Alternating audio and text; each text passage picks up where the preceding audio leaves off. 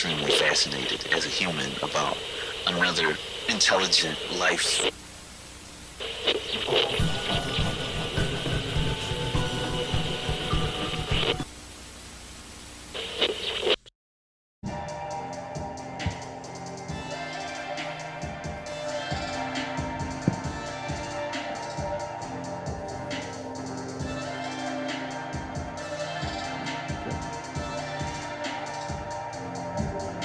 When you hear this, do you feel like singing or rapping? What do you feel when you hear this? Well, oh, never mind. There you go. It's more so of like a hip hop beat. A little different styles of singing.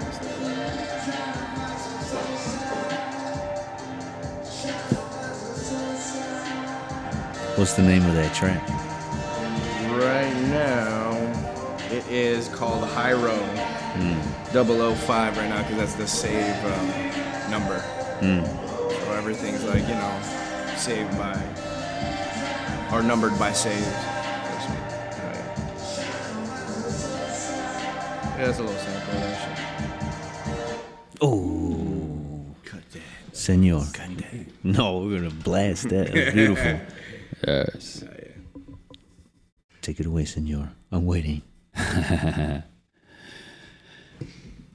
Hello, everyone. Hello, zombie dust. Hello, zombie dust.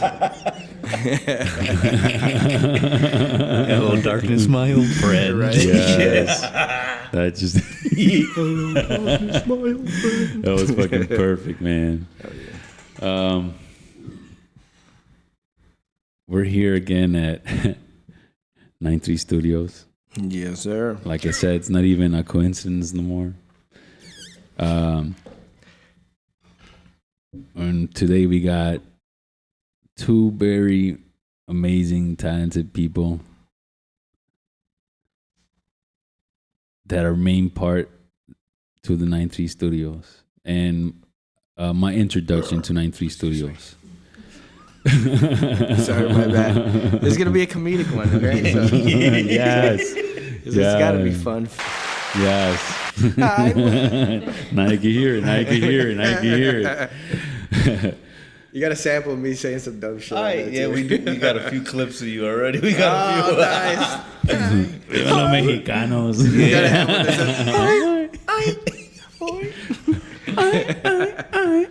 Staying alive. Oh, hey, we could do a BG remix. sample? We do a remix of a remix. Yes. My bad though. Sorry, No, that's what it's all about, bro. But it was my introduction to this area. Back then, I believe the East Side, but now I know South Chicago. Like I said before, the first time I came over here, I did the thing at Under the Bridge, and it was with records and all that stuff. Yeah. So that was the first time I got introduced over here. But right after that, I think the first meeting of styles happened. Right after that, was Oh, the first one I've been in. Oh yeah, The first one I've been I in. think you had mentioned that to me once. And then, so they told us, hey, you guys want to come for this? I'm like, yeah, for sure. I came over here, and that's when I got introduced to them. I remember you helped me with the chair and the table. Possibly. I don't know. Yeah, you did. Allegedly. So, Oh no, that was another guy. we don't know that guy. But that's the time that I first met him. And I think I met you there too, Maggie. I believe that. Yeah, so I believe I met both of you. And then I started meeting everybody else, Shape, Roman, everybody else that was in here, Detail. So then I remember that when we ended that event, I actually ended up giving everybody of you a shirt. Yeah, Because I was like, hey, bro, I appreciate the opportunity and shit. You were Shy Love back then, right? Or yeah, right? It was Shy Love. Shy X Love, yeah. Oh, yeah. Yeah, and then I got the D Rose one. I had to get that one. The D Rose, yeah. Yeah, because I mean, there was so much love. Like I said, like ever since I've been over here, man, for some reason I just get this fucking big love, big support, big everything. Oh yeah. So I always wanted to pay back, and to me, paying back to a lot of things is with my art, my creations. Yeah, That's my source of like thank you, my barter to what you gave me and shit, you know. Yeah, hell yeah. So it was so ever since then I've been seeing you guys there all the time now, and now every time, even shit like there's no events, I be coming over here, we be chilling. So not only were you guys artists, but you guys are also like friendship wise too. Like thank you so much. Yeah, man. Absolutely. Good vibes. But we got Cortez and Maggie. Thank you, far too kind. Oh man. What did I just win? $1 million, I hope. Yeah. Congratulations. You win a bottle of tequila. It's like, I'll take a pass. We're here at the beautiful 93 Studios. You guys are just undergoing some construction, right? Yep, supposedly it's finished, but I bet Yeah, it looks a lot cleaner in here. It's a lot open. Yeah. It's big. Yeah, you know, definitely. Difference. It definitely cleaned up. Got rid of that you know, the hole in the ceiling. Yeah. Upgrades. But yeah, definitely. It feels nice. It's insulated now, so we keep the heat. Yeah, it feels a lot warmer in here. It's It's part of the the artist, temperature, yeah. isn't that part of like a hero's journey? You got to go through those struggles, and then later on you look back and you kind of laugh, like, ha, ha, ha. Remember we didn't have no heat. Yeah, no, hell yeah, exactly. It's the uphill battle. Remember the time we were in here working and we had gloves and hats on? You could see our breath. Oh, that was fun. man. And we thought the heater was working, but it So wasn't. that's But it wasn't, obviously. how long have you guys been with 93? Since the inception? jump. Since the jump, for myself, yeah, pretty much since 2019. Yeah. I believe. I guess I just jump on wherever you're jumping on. So. Yeah. Oh, that was something I wanted to know too. That if you guys met through here or you guys were already together. No, we were good friends for a long ass time. We met in college. We met Nice. in 2018. Yeah, we met at the American Academy of Art. Oh, Yeah, nice. that's really dope. Nice. Cool. Yeah, we were just drinking buddies back then, and we just maintained a friendship. Yeah. And then, my friends started coming out there, and then we all befriended each other. The rest was history and shit. It was dope. Wow. That's beautiful. And so we were friends before we started dating for maybe 8 years or somewhere around there. I don't know. I don't know. Whenever. 8 years before Whenever that, and then 2000 we've been dating for going on 7 years now. Yeah. So it's crazy. Time flies. So for Miss Maggie, how long have you been doing art? I know I've known Cortez a little bit longer, so I have a little bit more information. So I'd love to get all the background information, because you're currently, for people that are not here in the studio right now, she's working on a beautiful, amazing piece, and I say it's 97% done. I don't know. I'll give it. Yeah, we'll say that. Yes, and it's one of those. I want to footnote this, but I want to talk about it a little bit later. But how long have you been in the art game? Where did you kind of start? If you can give me all that. I've been doing art forever. I mean, as long as I can remember. Always was doing it as a kid. I used to make my dad pay to take art classes from me when I was younger. Hey, wait. Say that. Wait. What? Run that back one more time. Hustling. I charged my dad 25 cents every half an hour for art lessons. So your dad would pay you. She was on the Yeah. grind. That's amazing. Shout out to him. Wait up. Yeah, he gets a round of applause for that one. Hell yeah. I need my juice money. Exactly. That's basically what it 25 was. cents right there. That's a purple juice. That's an orange juice. That's a bag of chips. Right, get a little piece of candy. Yeah. Right. Wow. And now it's $7. Right, yeah, exactly. And that's for one of those items too. Yeah. Oh shit. Yeah, but no, I mean, since then, I've high school, always was taking art classes. Always wanted to go to art school when I was younger. Did art school for 3 years, decided I hated art school. No way. And then Yeah. That's interesting. I actually stopped doing art for quite a few years till Aaron and I started dating. And then when he would be going out and doing art, I'm like, well, I guess I should just do something. And then got back into it. And then, Wow. so since then, been kind of doing whatever, getting back into it.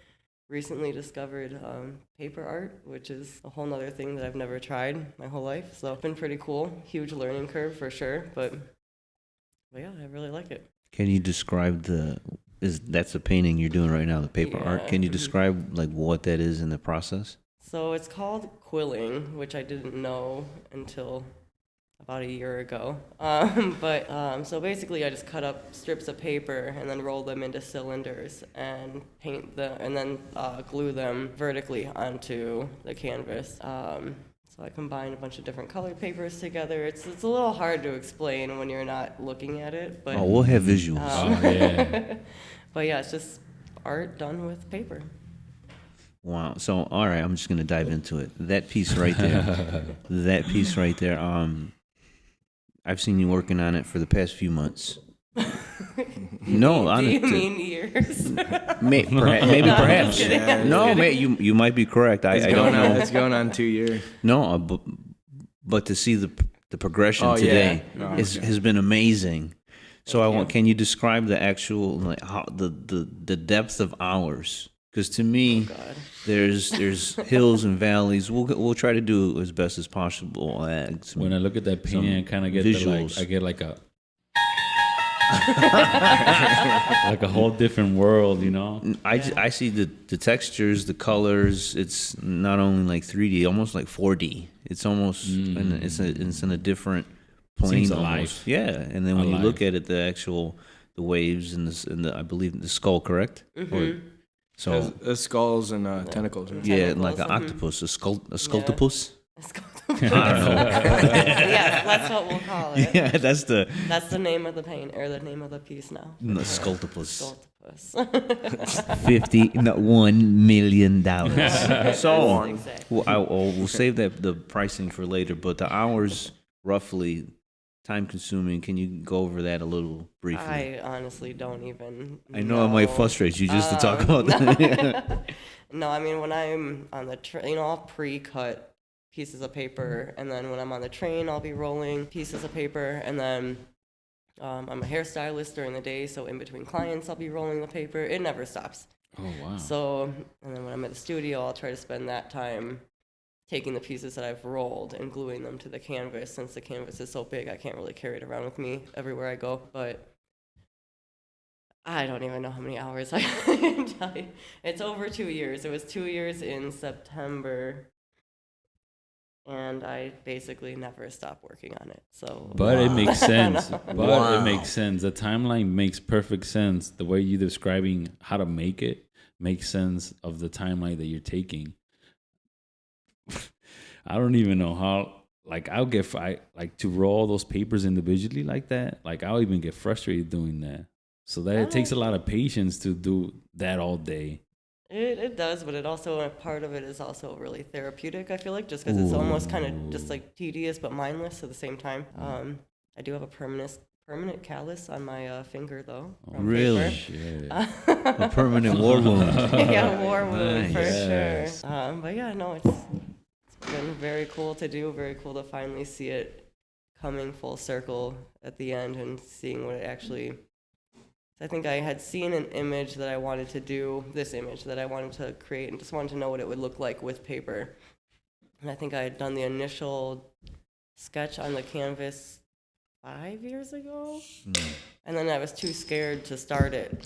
And so it took me a few more years to actually start doing it. Wow. And then I think it was after the pandemic, I was like, whatever. Like, I need something to do. So I Right. started working on it, and yeah, that's where we're at now.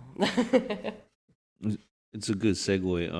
For all you guys, I don't think I wanted to ask before, but as an artist, especially Shapeless, you are perfect examples. Well, all you guys actually included.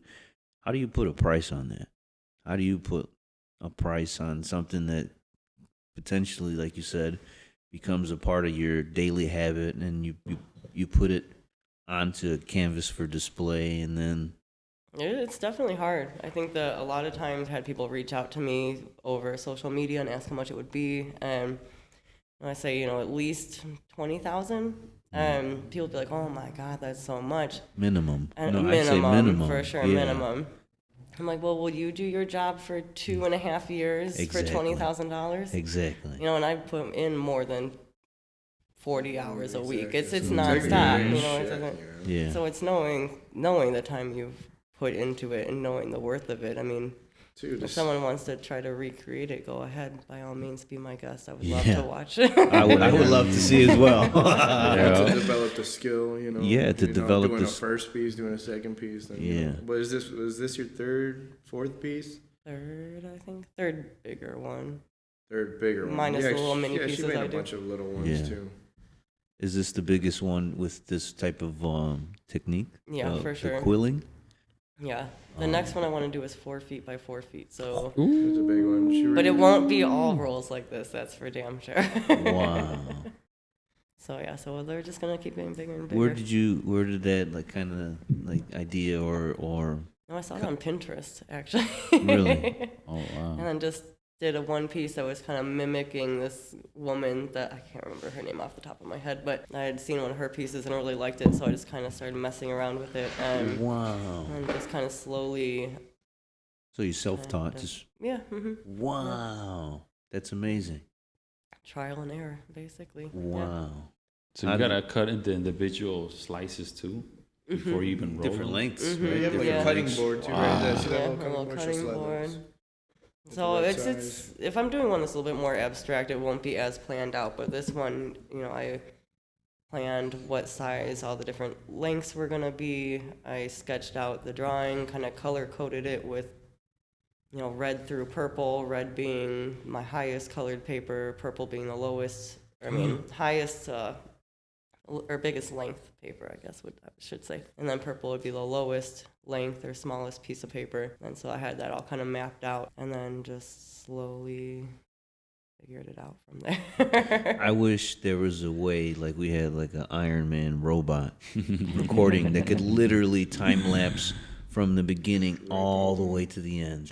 I do have what are they called? The highlights on your Instagram. Yeah. So on my Instagram, there is a highlight from pretty much from the beginning till the end. So you can kind of see a slow progression. But that gets us the closest you're going to get to your Iron Man scenario. Oh, yeah. What's interesting about that piece too, like watching her start from the beginning, like you see, like I know exactly where she started, Yeah. but you can see her technique develop. You see where she like tried different things for the first time, and then, Oh wow. and finally adjusted and realized like, okay, I like using this, but at certain parts. And then you see the consistency going throughout, and then it's just like, okay, this is dope. This is a literal piece of her progression caught in time, just right there. It's just like, damn, you watch the artist just literally perfect it. You know, it's Can like, you It's dive sick. deep into It's that? sick. Because It's so you're an cool. artist yourself. You know what I mean. You paint, you create. So how does it feel to watch another artist? Oh, it's madness. Wow. Madness. I mean, I think everybody has the madness.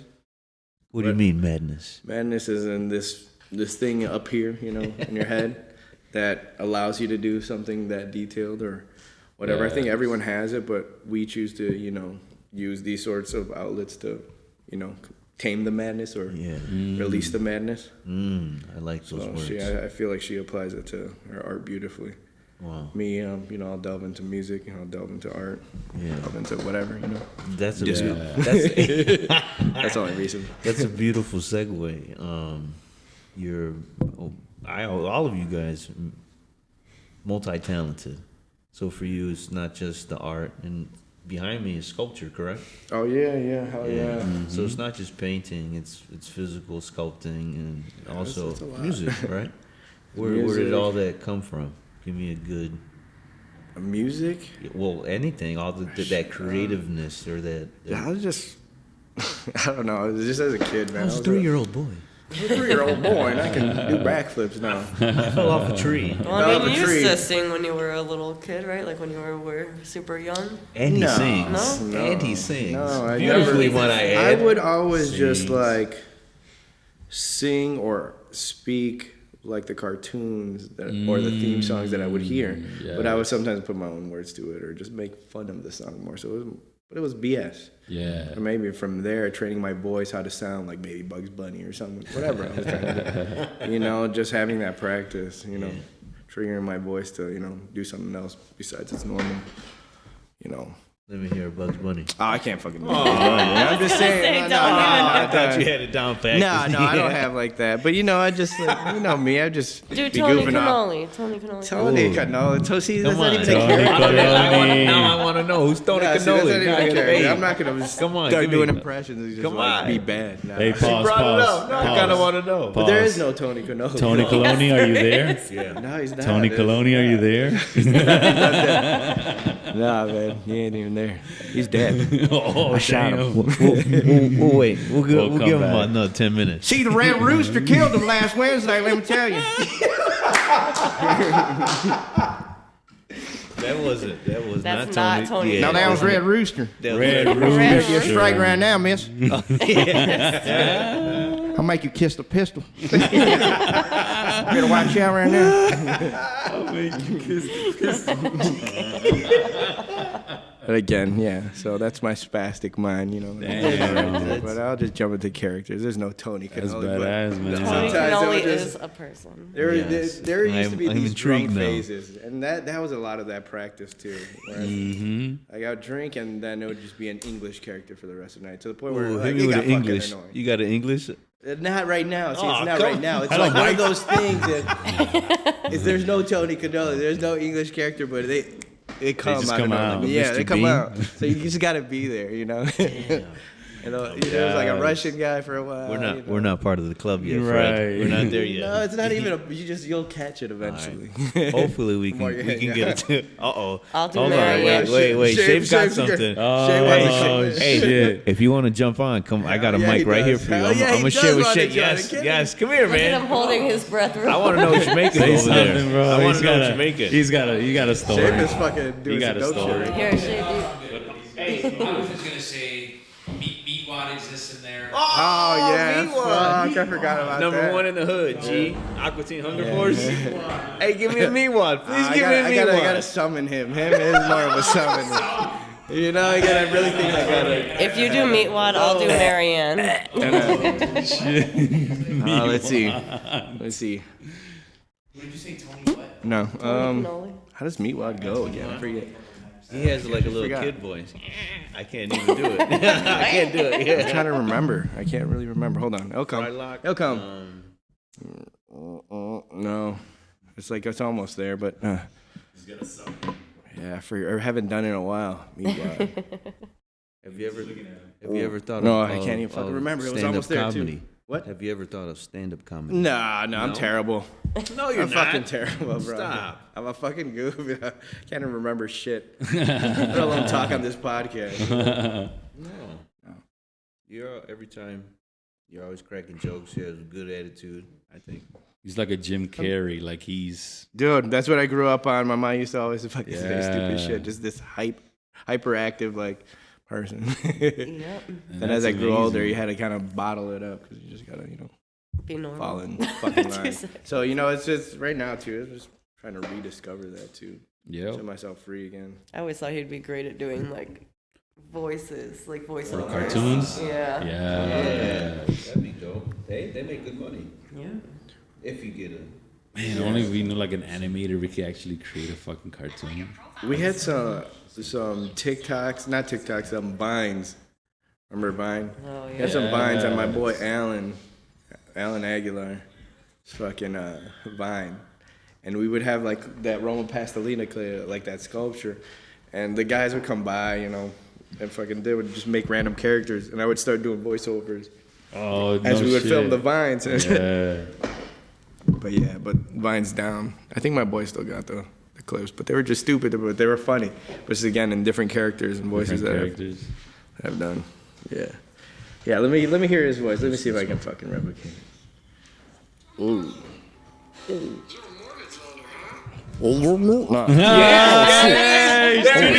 He's tuning in. There it is. Rob on. Yes. Rock and roll, motherfucker. Oh. Oh shit, rock and roll.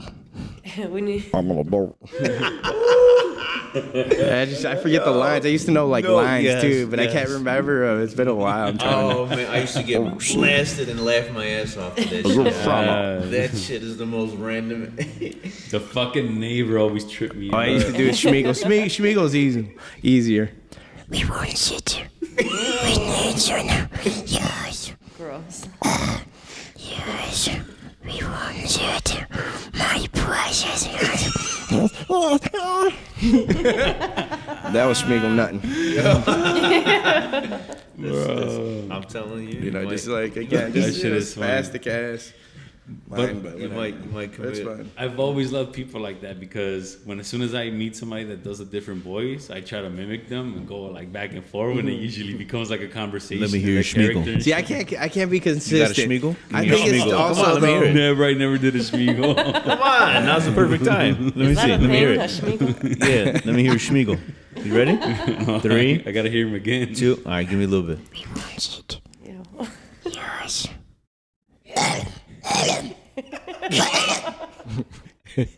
He wants it.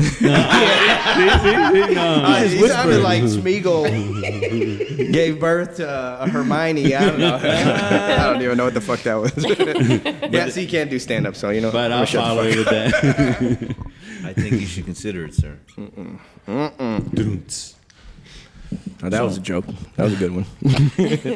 So for you, can you describe the art process, the actual like painting? When did you get into that, and how did you get? Yeah, it started when I was a kid too. You know, Maggie was saying. My mom did a lot of arts and crafts with my sister and I, so picked it up off of that. And then I grew up around a lot of cousins. They're all older than me, and a lot of my guy cousins were into Dragon Ball Z, so they would always draw them, and I thought it was freaking awesome. So started from there, you know, drawing Dragon Ball Z, drawing Scooby Doo, shit like that. Just, you know, the early cartoon characters, practicing off of that, and then later on, it was just here and there, you know, for a while during grammar school, high school, just did all the art classes. Eventually did a mural over there on 100th Street with the Blues Brothers. That's all falling apart now. Oh, excuse me. Hold on. I gotta burp. Oh, that was a weird burp, too. A little Hugo came out. Nah, but yeah, so we did that one on 100th Street. And then and after that, I went to American Academy of Art after graduating high school. So I did that during high school. Wow, how was that? What, going to the academy? Yeah. It was interesting at first, you know. It felt a lot like just school again because there was like, Oh shit. it felt like you had to be there. The attendance thing was just like, no, you got to be here, What attendance? right? Shit, she never went. I don't know how she fucking got through it and fucking never went, but she knew. I was just a fucking bitch, I guess. I just kept going to school. Nah, I guess man, I'll it was go to just school. nah, it was expensive as fuck. So you know, my parents were paying for it, so. Yeah. I was showing up, and so So yeah, it was a fucking specific art school? yeah. It was. It's right there on Michigan Avenue. I think it's still there. I'm almost positive it is. So when you told your parents, was it like right away, like yes, let's, No, this is what I want to do. love it. Hell no, I didn't know what I wanted to do. Yeah.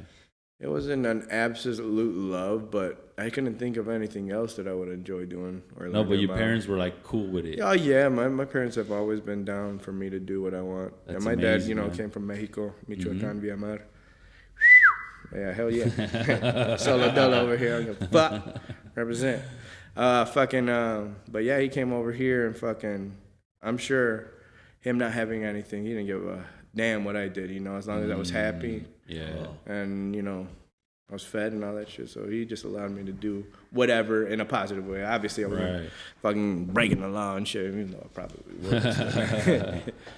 Nah, Allegedly. but again, yeah, just I don't even know what the fuck I was talking about. But yeah, No, your family's always been I over. forgot what I was saying. I forgot. Shit. Nah. That's great. Hell yeah. How many samples do you have? 4 or just say? Painting. We were talking about painting. Painting. Yeah. Oh yeah. So the American Academy of Art. Yeah. Oh yeah. No, Yeah, we were there. I was wrong. Yeah.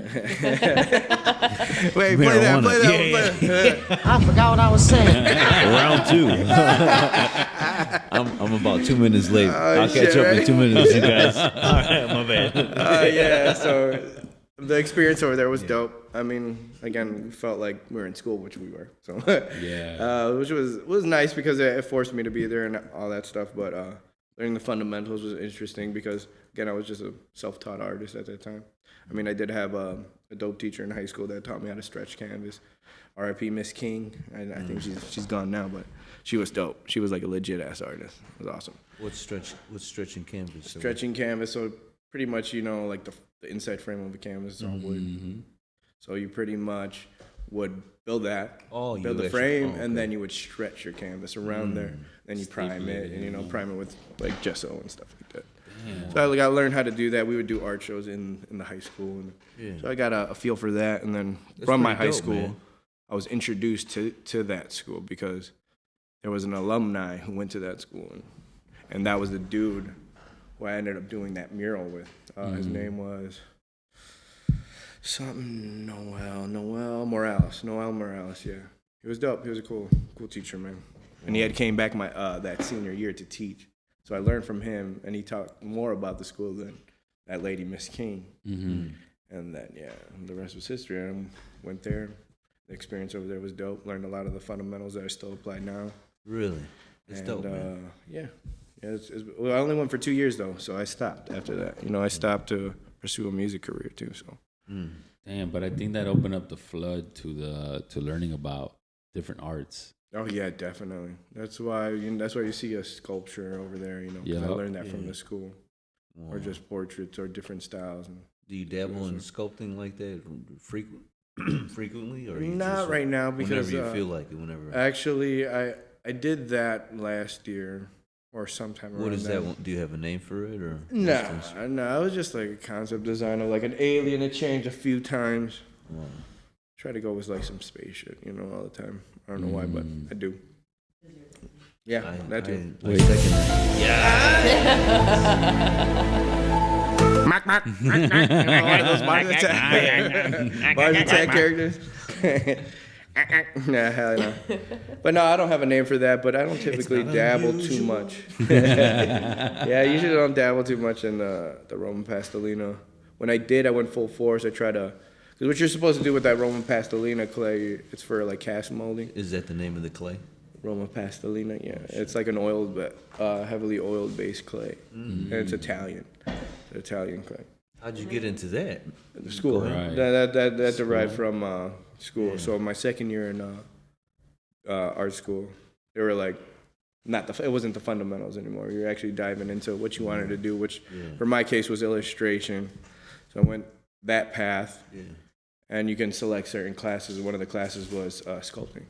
Wow. So I did my first sculpture. It was this dope bust of a head of some live model that we had there. Oh. Took all the measurements, the certain tools, and it was pretty accurate. That's it was amazing. And for that one being my first one, it was pretty good. I think it was pretty good. No, I think it's amazing. It was pretty proportionate. We still have it. We have it in our room right now. This one's amazing. And that was just from 1 year of learning that. So like if I would have well, you still, you're around it still. You have Cosmo here, you have Roman here, you can still do your style. Oh, yeah, I get a lot of insight still from them as well. Wow. That's pretty cool. Yeah. But yeah, as for like doing it consistently, like every day, no, it's not like that. Like the last go ahead that I had with this, I try to, because what you're supposed to do with that clay, you're supposed to make a cast mold. What you do with this cast mold, you fill the cast mold with plaster. And even the cast mold is plaster as well. So what you do, that clay isn't the finished product. The plaster that comes out of the cast mold is the finished product. So it's the whole white colored sculpture. That reminds me of a show that where it was like create creatures, like Star Wars creatures, and they used to use the clay to make the forms, and then like you're talking. Is it that brown clay? I forget what that brown clay is. That Face Off. It was Face Off. The show was called Face Off. Yeah. Nicolas Cage. And then so they. And then, so they would do all that and then put the plaster and create with the actual mold. So right now that you're seeing it, it's just like, oh, so this is like. So like I recently, this past year, I bought a bunch of plaster to try to do it. And it had been a while and I fucked up. So I haven't gotten back to it. So it kind of like it annoyed me, but I just never went back to it because other things are coming up. But I'm going to give it a go again. I have plaster. I got to do it. I really want to get into that because that's fun. It came naturally to me.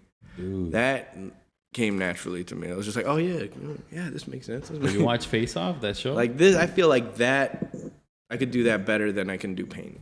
Really? Yeah, Damn. 100% for sure. Yeah. So before we dive into anything, the painting, what is your inspiration? Because you have some, it's more Aztec, the Spaniard, but you have a Japanese one. Where's that Japanese one? Did you sell that one? Oh, the Vietnam fields? I believe so. That was, it's all influenced on either moment in time or whatever, because that rice field looking thing that I did that whole time, like even Shape can vouch for Roman's buddy, oh my God, Sam, R.I.P. Sam, he died of COVID, man. Yeah.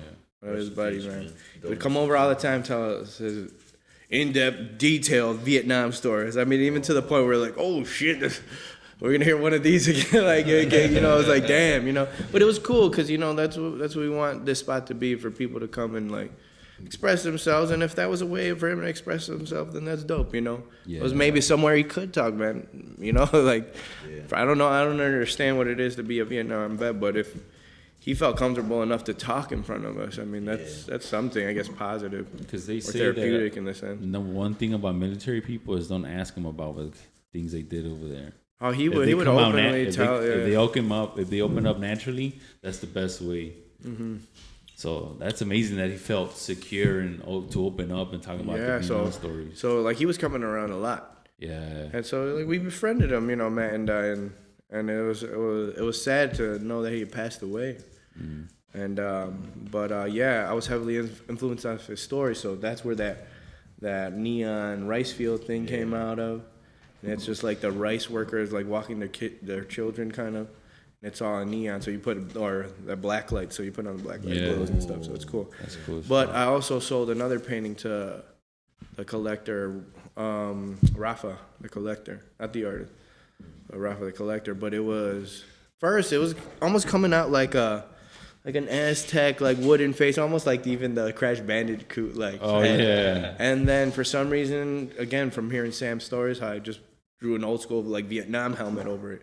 So he just became the soldier character, and it was all in pastels, pastels, and it was dope. I really liked that piece too, and he bought it, so it's gone. I didn't even get to post it. A lot of the shit that it's just so hard to post and do all that stuff, man. That's why I like, even when like I try to promote myself, it's just like a lot of the stuff even on social media isn't up to date because I'm just doing the shit. That's a good segue for both of you guys. You know, it's just like it's annoying. It's like I don't want to. I'm not asking for attention, but it's like, how else do you get out there? You know, like I don't even know.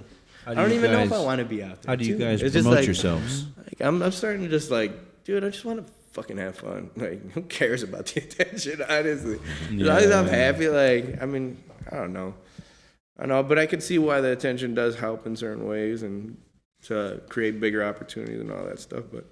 At the same time, I just want to say F it all. Well, it's hard because you want to get your stuff out there, and I mean, obviously, you know, it would be nice to make money off of the things you're doing too. But it's a lot of work. I know with this piece, it becomes a job in itself. It's a job in itself, and it is frustrating as hell. Yeah. I had made a TikTok for this piece that I'm working on, and it had done really well, and but then just like a couple weeks in, I was burnt out. I'm done trying to find audio for the reels. I'm done trying to figure out, like, it's just, and then I was taking so much more time doing the reels that I wasn't working on the piece. Wow. So it's how stupid that I'm wasting all my time doing this thing to promote my art, but I'm not doing my art. And the crazy thing though is that people do that and are successful and do that, but like that's not life for me. Right, exactly. But I think this is like the way you work. It's perfect to people that work differently. Like me, for example. Like I like doing the video. I like doing the audio. I like connecting all that shit together. The editing, all that shit. So like, don't get me wrong. I've had fun making my own little montage clip, whatever. But what I'm saying is like your process of like, why do I need to promote it? I think your success has come naturally because of what you do and the people you inspire around you. So for example, that I'm talking about, like doing videos and shit. So maybe I create the video because I visually see something, Right. And then your art just naturally gets exposed. You know what I'm saying? Yeah. So it's just a natural oh, yeah. process of how you are in your art that That's you true. get Hell yeah. exposure. You know. Well, and for you, that's your art, so it's cool that Exactly. you get to do what you wanted. Like that's not our art. We don't That's want not- to do it at yeah. all. You know, and too, in that with that being said, it's almost like just trust yourself, trust who you are, and accept that flow. Like, and people like you will come in the picture, and people like you over here together promoting me now. So it's right now what we're talking about is happening, but it's sometimes I just overthink, you know. And they got that spastic mind, bro. You gotta be jumping into character. Yeah. I'm on 150 at least, mind wide. 90% of the time. Yeah, it's just racing, thinking everything. Like, oh shit, I gotta think about this, and it's fucking, yeah, could be much.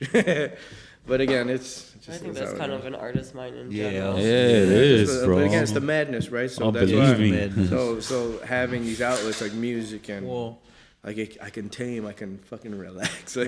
Like I like being around you guys. Like Shapeless, you guys are you're working on a craft and you're trying to get better at it. And it's kind. From my perspective, I see the hours behind it, and I like that work. I like the grind. I like you're working on not only like Maggie said, it can be a little therapeutic. At the end of it, she might not sell that. She might, you know what? unless you come with 100 stacks, I might not let it go because of the time she put into it. Yeah. And like you said, the skill progression, the learning techniques. She learns not only about the art, but herself yourself. You can get dive in, and I see it, and I like being around that. Yeah, one thing too that just to kind of interject of what you're talking about, just from starting off, like she doesn't, maybe it was 20,000 or now it's 100,000, or maybe she don't want to let it go. But capturing too, like going back to your old art, like say like maybe some of your first sketches, or maybe not even that old, but some of your successful paintings that never sold, and understanding though, like as an artist and someone that visually consumes art as well as like just seeing other artists,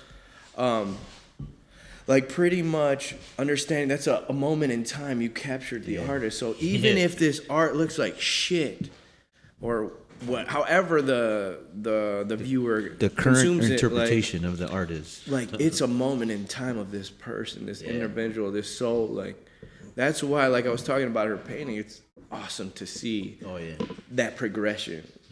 That fucking like, dude, it's dope. You can see it. And I know where it starts. I know where it changes. It's like from where she's perfect. It's alive almost. It's crazy, like but it's like at different plant. times. Like it's nuts. Wow. It's nuts. Well, it's definitely. I know. Like, I think that as an artist, you'll always look at a piece and you'll be able to spot specifically like a spot that you don't like or a spot that you feel like you fucked up or whatever. But most people aren't ever gonna notice or see that ever. Yeah. But he's seen things because obviously, like we'll talk about our art and what we think could be better, and we'll talk a lot about it. But like I know he knows certain spots where I'm like, oh, I hate that corner right there, and he sees it, so he Turns out knows. awesome. So it's like, what the- But it's like the steel sharpening steel. Like it's a little. The urge is always to get better, For sure. and not to get better. I want to be better, but no, it's just if I'm gonna do something, I want to do it right or correct. And those little nuances are the little things that bother you. It makes, to me at least, it makes you a better whatever you're doing. If it's a musician, to keep developing. You're working on your craft, right? and you want to make sure your interpretation of that craft is clean or whatever. Definitely to have a standard. But for me, for sure, it's just like exploring the new thing. Like, where can I take this now? Like, instead of like really, like I don't know. Like again, she's not gonna do it. Like she was saying, like she's not gonna do this now. She's gonna apply different techniques, right? You were saying that, or maybe you're telling me that. I think I was just telling you that earlier, but okay, for my next piece. Yeah, for your next piece. Yeah. So she's gonna take this a step further. Yeah. Not just gonna be rolled up. And that's crazy to even hear, because that piece itself is amazing. I want to see what the next iteration is going to be. You know what I mean? It's going to be a complex of painting, art, and sculpture, and that. It's going to be, whoa! Yeah, it might like, be something wild. One of her first ones, which were the the depths of the Lake Michigan, so all Yeah. the different depths. They were all just kind of like the circular ones, not the ones that poke out, not the ones that dip in. Like they were all just pretty consistent. All the in the same ones style. up until this point have been The same just style flat. of roll. Yeah. But this one where she ventured out, and like I said, you can see the different techniques developed and her perfecting them. Because the really piece awesome. or the picture I was working off of, you could really see like the tentacles, like each little piece of the tentacle has its own texture. So I wanted to replicate that. So I was like, I don't know, how what to it do this, feels but like? we're gonna figure it out. Van Gogh. What's his name? Van Gogh. Kind of like in that kind of like Then go. Van Gogh. Van Gogh, dude, we gotta make a character. God. Van Gogh. Van Gogh. He listens to what song? My Chemical Romance. No, you said, no, what's that Instagram where it's like catatonic youths? He just paints fucking portraits of himself cutting his wrist. Thank God.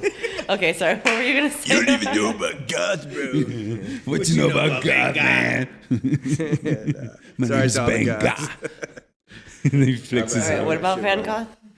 So it feels like that kind of like experience or that kind of expression to me, like because his art feels alive.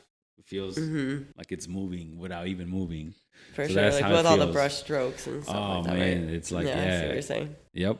Just with looking at it is just a different experience, just with the textures and everything. So like his paintings seem always alive to me, and it's crazy because I went to see that thing he did downtown somewhere, Like the immersive the experience. immersive experience. So I could imagine this in an immersive experience On acid. Oh my god, On acid. Mushroom something. But that's what I feel like. Like I could see that in that world. Yeah, that's awesome. I'd have another be like great. yeah, I'd have another lifetime experience. Like in 15 minutes, I'd live like 10 hours. I love it. See, that's the Twilight Zone one. I don't know why I thought it was the X-Files one. I thought he was gonna hit the X Files. I thought he was. Yeah, it was the fucking other one. Damn. So how do you add a number value to your artwork? You know what I mean? I used to The think the same- this and that used to be the thing. I really don't know. I still don't know, but it's more so of understanding where I'm at as an artist and as a person. Like, okay, I've spent time. Where do I hold my value? And it's just like, okay, now I understand it's worth something, you know? Yeah. As opposed to like kind of making it up on the spot before, but like still kind of do that. But like, again, I have to really take into account of materials. I got to take into account the time, the talent, and just like try to, calculate all that together. But again, it's still, some people say I fucking lowball them. Some ignorant people may say, no, I'm not fucking, I'm selling way too much. And it might be a big painting for $50 or something. They're still pissed that it's $50. It's again, so getting that feedback and understanding that one person for sure that I get a lot of good feedback from is Roman Villarreal. I mean, he's been doing it for his whole life. Shout out to Roman. Yes. Oh yeah, that timeless motherfucker. He's great. Yeah. Maria, fucking, her godsend to me, man, for sure. Her blessings. How did you meet? Good segue. How did you meet Roman? Well, it was really through the connection of Shape, because Shape, I think, was chit-chatting with him at a show I played with my band at the Eastside Fest. When the Eastside used to throw those little fests over there on, was it by Wendy's? What is it, 118, somewhere around there, or 116.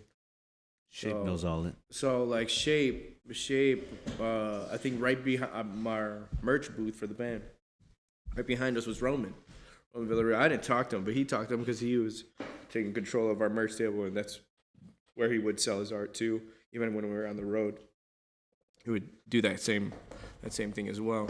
So he was like chit-chatting with Roman and stuff, and later on he connected with him, and then the rest was kind of history. He went, to Under the Bridge for a bit, and then I was just like his tag-along buddy, and yeah, dude, we were just fucking making art over there, and then befriended Roman, and now we're over here all these years. And that was maybe in 2012 when he probably, or 13 when he, 12, 13, around when he was at Under the Bridge. And then that's when it kind of all kicked off. And now it's been 10 years. Wow.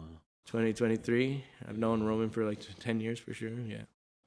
It's been awesome. It's been awesome. He's been such a great fucking guy, man. How's it been working with him? Because that man he's a knowledge I full of. think it's hard, and it's something you can't really nail on the head with a word, but it's awesome. It's a blessing, like I said, like earlier. It's just, dude, he's everything, man. He's an amazing artist. He's a father. He's a great grandfather, great grandfather. So I mean, again, he's an art father to all of us in that sense. He took us under his wing. Brought us over here. The only reason why I have this is because of him. Yeah. And so, yeah, dude, it's been an awesome ride. Attaining all the knowledge that he knows, and again, same thing with the pricing thing. Getting that advice, and just it all, because he's literally done it. He worked in the steel mills and stuff. He did the jobs and stuff like that. But no, it was just art, man. And he learned how to survive and do it for his entire life. So it's just like, oh yeah, I can do this. So there's no doubt. Just keep following. And then he did it without the internet. So it's just like, there's no fucking excuse. There were no fucking TikToks. excuse at all. Right. Hey, he didn't have Alexa. Yeah. That's wild. And two, like, he knows himself. Yeah.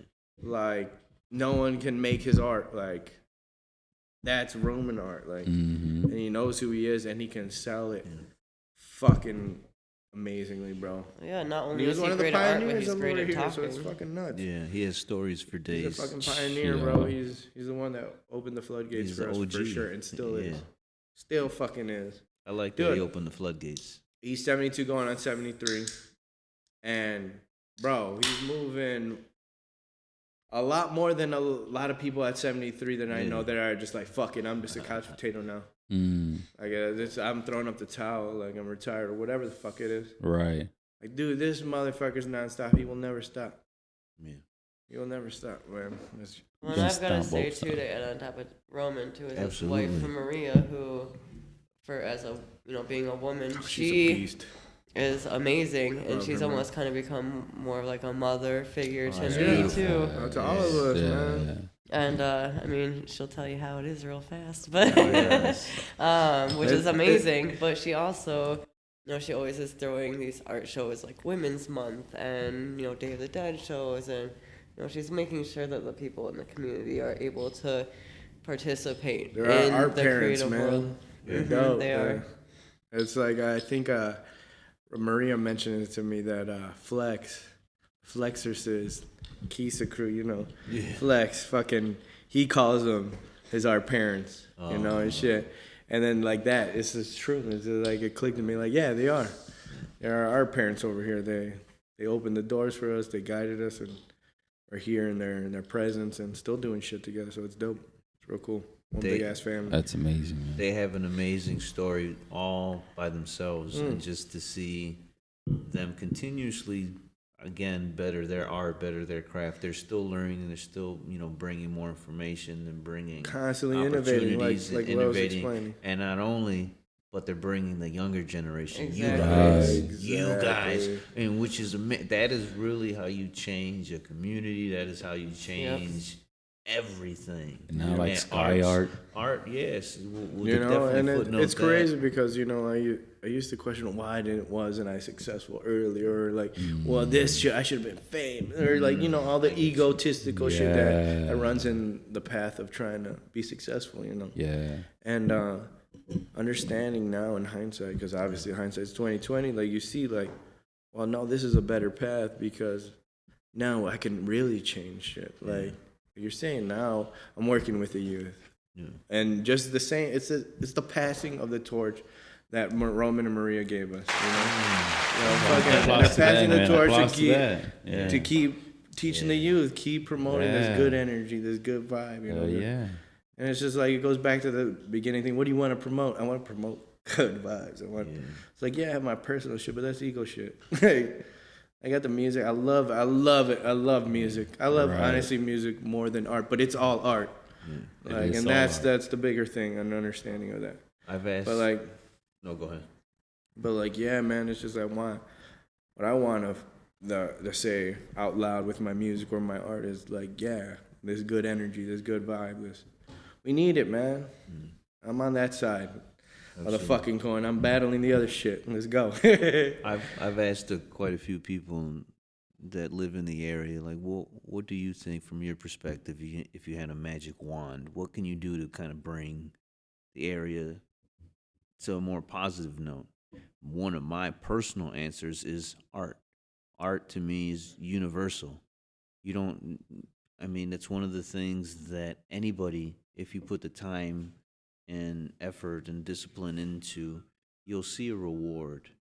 And art can take a ghetto, can take a community and completely change it. And to see what Roman has done and is continuously doing, and what's to come with you guys, and every time I walk in here, you guys are changing the artwork up. Every time we walk in here, Freddie knows he loves this place. Freddie's not from around here, but he loves this place. Oh, he's from around here now? Now he is. He got his card. We had to jump him in. Put him on blast, bro. Shit. Every I gotta fucking meet her outside now. Fuck. He phoned him in, dude. He phoned him in. Fuck. I've asked people. You gave the new term to ISIS, man. You called the ice on this, man. Come on. See? I don't know what the fuck. Exactly. Now I'm not doing stand-up. Shut the fuck up. Yes, you should. Yes, you should. Hell no. Fuck no. No, but I'll do some Pauly Shore shit. Pauly Shore. Dude, I was just watching some shit up with Pauly, man. Biodome. I love him, man. Biodome was awesome. Great ass. No, but you guys are all perfect examples. You guys are using whatever motivation it is, whether it's pain or inspiration or watching someone else, and you're creating art, you're creating your interpretation. And not only are you creating, but you're also sharing what you learned with other people for pretty much free. Anyone that's willing to share. Yeah, I mean, going to school, I had to pay thousands of dollars. Well, I didn't pay. Fucking parents do, but pay thousands of dollars to fucking be in front of these people, and like you're saying, absolutely. We're getting. I mean, at Sky, where I work with the youth and stuff like that. Like, we get paid, but how's it feel? How's it feel sharing what you've learned and to give to a younger generation? The act of doing that, even though the process of learning how to do that, like, it was stressful because it was new, But what it does at this point, it's the battery recharger. I plug myself back in and recharge over there. Really? The youth, yeah, because they give you the real shit. They give you the real vibes, especially the young kid. The young kids they don't have those walls like we do. They're not influenced by the world yet. Yeah, exactly. So they're pure. Exactly. So they give you pure feedback, pure love, pure. If they're mad, there's that they're mad. It's all of it, but it's the real shit. Like, yes. And so, and being that and having them as the mirror reflecting back how I give that energy, it's good. It's good. I am a good thing for that, because I could see I've been there for going on 4 years now. It's gonna be 4 years this summer, which is crazy.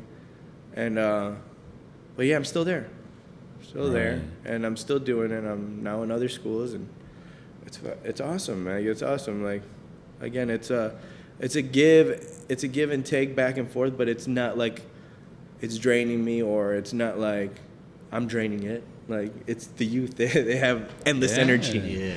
It's great. It's great. Wow. I know Maggie was going to say something. No, I just think that, you're a natural at teaching kids for sure. I'm a big kid myself. That's what I've seen it firsthand, him teaching his niece a little art project, and it's just, it's crazy. But, it's cool because I think that you appreciate what you're doing yourself as well, because you know what Roman's done for you, and you're doing the same for the kids. So it's kind of just like that trickle effect that you've been, trying to change the community or giving people something more positive to do with their time. And oh, hell yeah, 100%. And I think, like, now, just even thinking about it, like, it derives from always being around my older cousins. They were always older than I was, so they were like my big brothers and big sisters. I mean, I had a big sister, but she would tell me shit and do the same role modeling, I guess. Trying to say, but I've always had that, like, so, like, now I'm the big brother, to the kids. Like, now I was like, what's up, bro? I'll show you what's up. And I always loved that. I always had someone to have me, you know. It was just like, oh, hell yeah. So now, I never planned to do this. I never wanted to teach. I never wanted to do any of that. Like, I still don't even know if I want to do, but like, I'm doing it. You know what I'm saying? But like I said, because of who you are, it naturally just happens. It happens, exactly. For sure. It naturally just happens, bro. Supposed to be doing it, you know? Yeah, you're a teacher, bro. You're ancient knowledge, bro. But it's crazy because, like, you know how I was saying, like, the kids show you the truth or tell you the truth or give you that true energy in essence. It's like when you apply the same tactics to adults, like, and they're simple. It's just being open and listening. That's as simple as that. Right. You can learn And a lot. understanding and not reacting with your emotions and just be like, okay, I'm the elder. Like, yeah, this kid might have pissed me off, but I'm not gonna react that way. You know, I'm gonna settle this thing down. But when you apply that to adults, like, bro, it's like talking to a wall. They already have all the fences up, all this ego stuff or whatever the hell it may be, and it's just like, damn, it's just like you're lost. Mm-hmm. But not even lost, because I find myself lost into that shit too as an adult, you know. You tend to do. But it's everybody's crazy. It's personal crazy. That's balance. why I do really enjoy working with them, and I hope I just give as much as I take too, you know, because it's dope. It's real dope. I really enjoy it. That's the reason that with the shirts and with that idea that I gave you, like, I want to also be like the most way I can influence the younger generations to adapt to what we do, to adapt to new ways that we have learned. Like, we're learning new ways of doing life. Now we're teaching them how to do that, you know? So that's why, like, with the shirts, I've, like, Sky Art, because, like, with everything that's happening over there and the influences that's happening there, like, when you guys bring the kids around to these events, I could just tell, like, you could just tell the energy of the place, man, the energy of the kids, and, like, Our staff is amazing too. they're amazing, bro. They're, like, happy. They're all sharing. They all have their own little unique ways to themselves. They've done something great over there, and it's have a collective mindset and energy of the people that are working there. Yeah. And even the kids that are there, because, you know, certain kids, like, if they're, like, they do the best they can to have the kids, you know, on the therapy side, make sure they help with all the angles. It's dope. It's amazing. But again, it's just about maintaining the energy of this piece. You know, we have to have this piece. If the kids are disrupting, obviously we have perfect outlets. Like, we'll give them, you know, fidget toys and things of that sort to calm them down. Then they come back and they're perfectly fine. Right. Things of that sort. So we have, like, routes to, you know, keep that energy tame. Or not tame, but, like, in a peaceful mindset. Like, why don't you take this anger and put it maybe into this Put it toy to something else. and then channel it back, That's so you beautiful, come back man. and do That's this. amazing, So they do bro. that too with, like, with fucking us as staff too. Like, they treat us well. They make sure if, like, certain teachers or staff that's working that are not even teachers, like, they make sure they have that peaceful energy too, and that they're very grateful on this positive, like, real good side. And if they're not, they'll let them go, or they'll naturally go. They naturally end up having something to do, and then they're gone. They're gone. It's crazy. It's the same thing that's going with the flow. Like, it happens over there. Yeah, it just happens like that. But that's amazing. That, like, it's so, to me, is like, because I have kids, so, like, I always compare that to, like, teaching new ways of how it is, like breaking the cycle. So I think, like, a lot of people with the arts, with what you guys do, you guys are breaking a lot of cycles of what these families are used to. And they compare what life with the family was compared to real life. And sometimes it's not like that, because you could find different venues than what life taught you with your parents, you know? So that's, like, to me, the number one thing, because now you have so many kids that could express themselves artistically in so many different ways.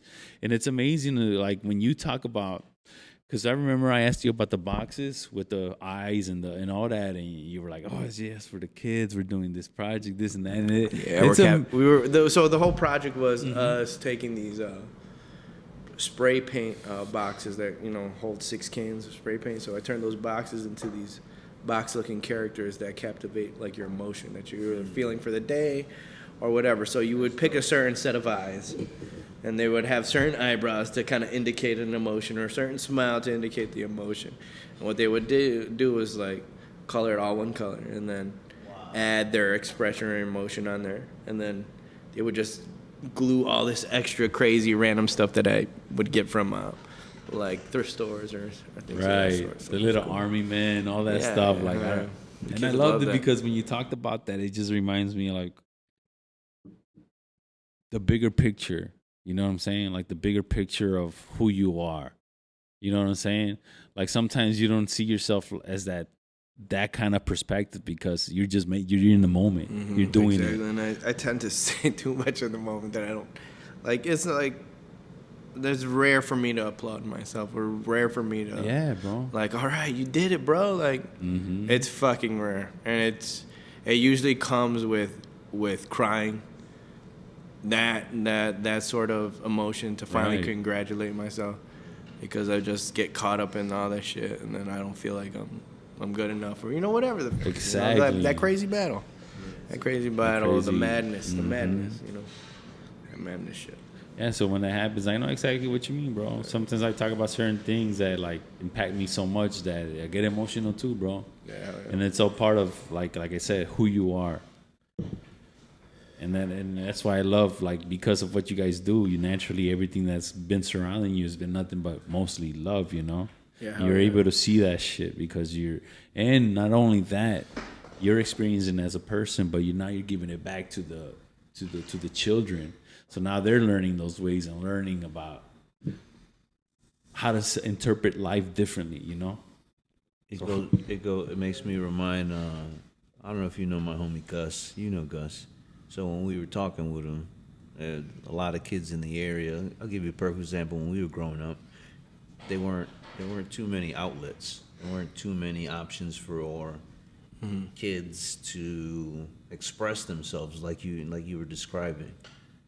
What you have now, I wish we had when we were younger. You know, I'm happy that there's something there now, because it reminds me of Gus. We know a lot of friends that didn't have an outlet, so they turned into a different direction. Yep, gangs, all that shit. So now with these kids that have this outlet, that can go to Sky Art or even 93 Studios, not even kids, us, everyone from all ages, from Roman's age to the youngest kid that you have at Sky Art, you know, you have a space where everyone, whatever your vibe is welcome. Just come create. Yep, as long as you're on the same peaceful vibe, by come in peace. You know what I mean? Everyone's their own little alien. Everyone has their own way of expressing their and emotions. That's what's dope about that. And then place, I too. think, not show you only here, how to but you guys they'll channel yourselves, that. yeah, you Correct, guys are a beacon for that. You guys are putting out like, yo, boom, this is my antenna that I'm putting out into the world.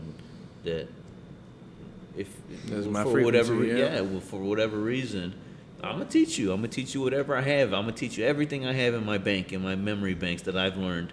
If you want it, learning, I can feel when you help teach someone, you get information back. Oh yeah. It's a ebb and flow of learning and teaching. The student teacher, you're a teacher, but you're a student, but you're a student, but you're a teacher. That I think that's how you change the communities. That's how you bring positive change, and all that spark is it's amazing to see. So, beautiful segue. I want to know her perspective on what you see, and from what when you've traveled here. What's your perspective on the art community, the music scene?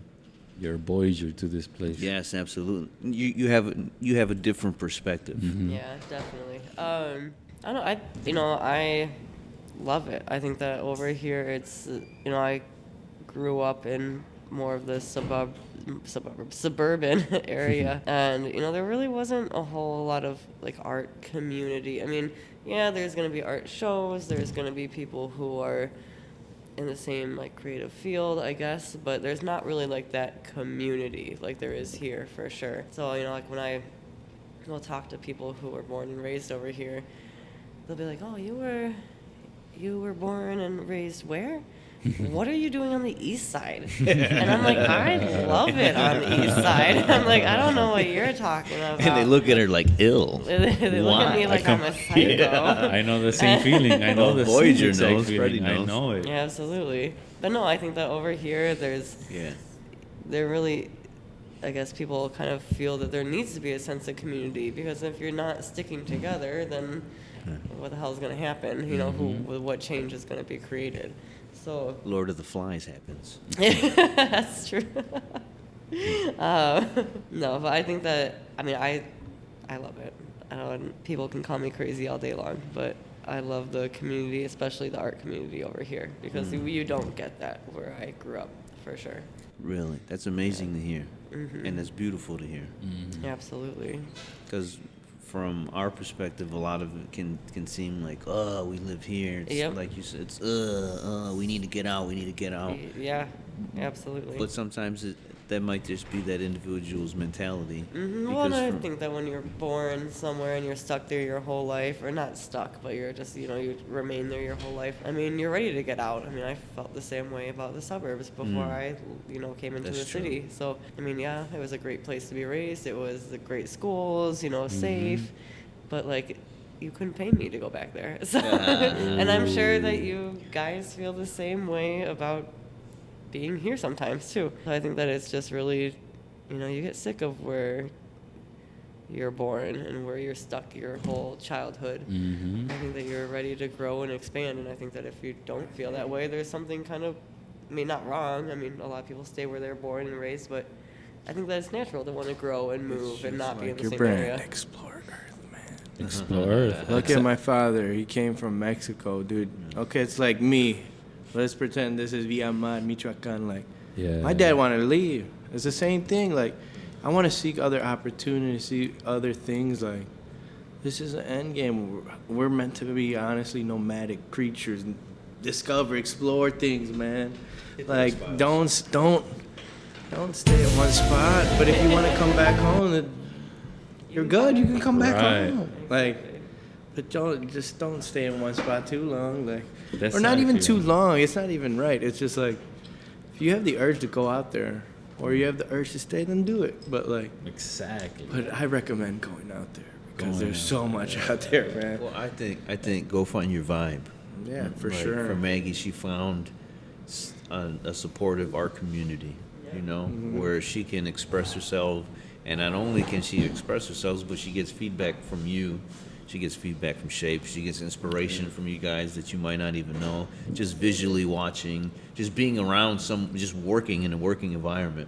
It's like Michael Jordan and Steve Kerr, just seeing someone consistently work on their craft. Like, okay, maybe I want to brush up on my skills. Maybe I need to, just being around that. It's a good vibe to be around. Like I know, like I feel that with all my studio members here. Like I see them jumping on some new shit, or they're in a consistent role of making shit. Like, damn, that hypes me up. Like, yeah, I gotta go and jump on some shit. I gotta, it's a creative spark that we give each other, and then not in an envious way. It's just like, oh yeah, like I'm hyped now. Let's see what else I can delve into too. And it may be the same materials, or it may be not. It's just, again, it's definitely inspiring being around these individuals for sure. But again, trying to give that back to the youth, hell yeah, I see that we're doing that. Yeah, and it's awesome. It's awesome. I want to know more about music. Now I've seen you dive deep into, I don't even know what program, but it's either you editing the music, singing, going back, and you're in the zone. You're in the zone, Chief. You've been working on it, and it's interesting just to be a fly on the wall and watch you work. And, oh wow! Yeah, hell yeah. Where did that music come from, and all that? Give me all that jazz. If we're talking about the contemporary stuff, I'm able to derive from the pandemic, really. Wow. Pandemic, and my band at the time wasn't making music anymore. We weren't really getting together to produce anything, so I had to do the instruments myself. And like, I wouldn't consider myself an instrument player. I used to say, I'm not a musician because I don't play an instrument, but I'm a vocalist, so my instrument is the vocal, so I am a musician, So it's, now I'm recorrecting myself, like I don't play instruments, type of stuff, but yeah, exactly. And I do dabble, I play the MIDI keyboard, that's where Ableton comes into play, I use that, the sounds from there, and develop my stuff, and And it's really just from that, like, and it started during the pandemic. Like I said, there was no music being made for myself, so I had to make it myself. So I learned the program Ableton, and then just from there, just started making music. And it started off rough, you know. I go back to some of my old shit. I was like, hey, I didn't know shit. I still don't know shit, but you know, it's further along now, you know. Definitely feeling more proud about it, you know. So it's good. But I do I admire it and I get motivated by it, bro. Because not only do you do the paintings, you do the music, and to me, like, there's layers to this painting for you to create this. Like, I was just in love with one of the layers, which is the shadows to the thing. You know what I'm saying? That's a layer to this painting. But in music, there's layers to everything. There's layers to vocals, and within the vocals, there's a lot more layers between those. So it's a lot of different layers in between to create something like music. So I get motivated by you because you dealt in different forms of art. You know what I'm saying? You go here, you go there. You got the clay, you got everything, and that's like very inspirational for those people that like sometimes are too comfortable with one single art form. Yeah. And then to be like, you know what, this guy did this, let me try it out, and then they get exposed to creating something else in different way. And that's the thing too. But it's a double-edged sword too, holding that, doing that stuff, because like you realize like obviously every technique, every style, every medium takes time and to master. You can jump in it, and you'll have a lot of fundamentals from other stuff that you've tried. Right. You can apply to that, but mastering it is a different thing. So it's just like so like a lot of people could say, oh, stay in your lane, just do that, and then fuck off. It's all right, but fuck off. I'm just having fun. Exactly. Why do I have to master everything? Right. Why do I have to? I'm seeing what I like, and why you gotta hit him with a Tony Cannoli. Yeah, exactly. The Bada fuck bing. you going on here? Hey! I got it. Hey, fucking Tony's back here. Let me tell you. Let me fucking tell you. It's Tony Cannoli, everybody. Tony Cannoli. There it is. Where's the gunshot? 10 minutes off, right? Yeah, he's dead now. He's fucking dead. Hey. Told you Talking it to was y'all real. wrong. No, but fucking, I don't even know what I was talking about anymore. But fucking, I forgot what I was saying. I forgot what I was saying. Goddamn. That's the power. Tony Cannoli. Oh shit, Tony Cannoli entered his body. I forgot what tangent. Erased his memory temporarily. What's a vessel for a succubus and an incubus, man? Because that's what I am. I'm getting raped over here, my spirit. Both. He said, that sounded like Don Vito shit. Hey, Don Vito.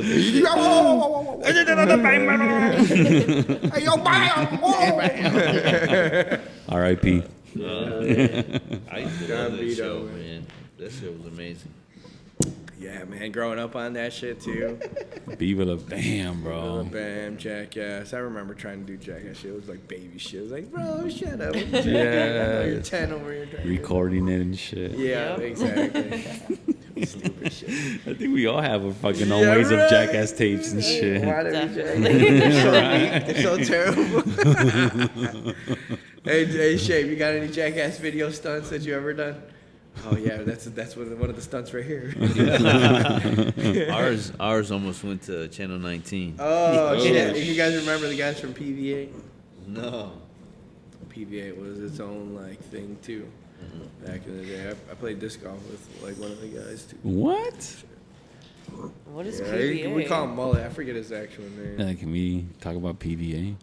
PVA was like a Jackass thing in Northwest Indiana. I don't know. Like this dude Aggie that I used to be really good friends with. He's still cool as fuck. Is that where the dude talked to him here and there. Jackass came from? It's like it kind of derives from there, but this is way Hobart, before right? this. This is like around Jackass. Oh, same.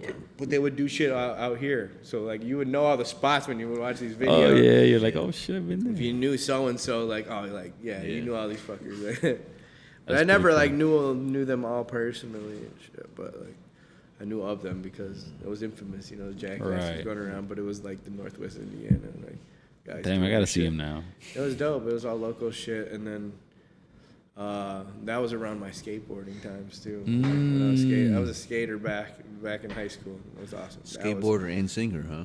Skateboarder, and then became singer. And then skateboarding was still first? there. Skateboarding was Yeah. first. Drawing was first. Art You, was first. you still got some skills when we hit up, where was Nah, you hell at? no, my By the fat ass marsh? can't do shit right Big now. Marsh. Yeah, we were at Big Marsh.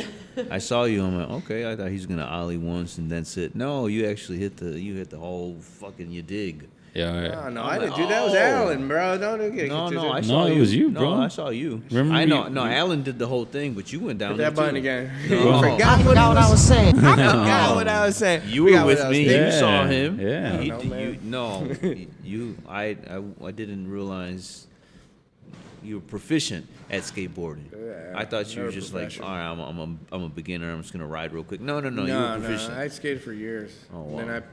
I had stopped around when the music started picking up, or around the time where I was actually just practicing a lot more musically.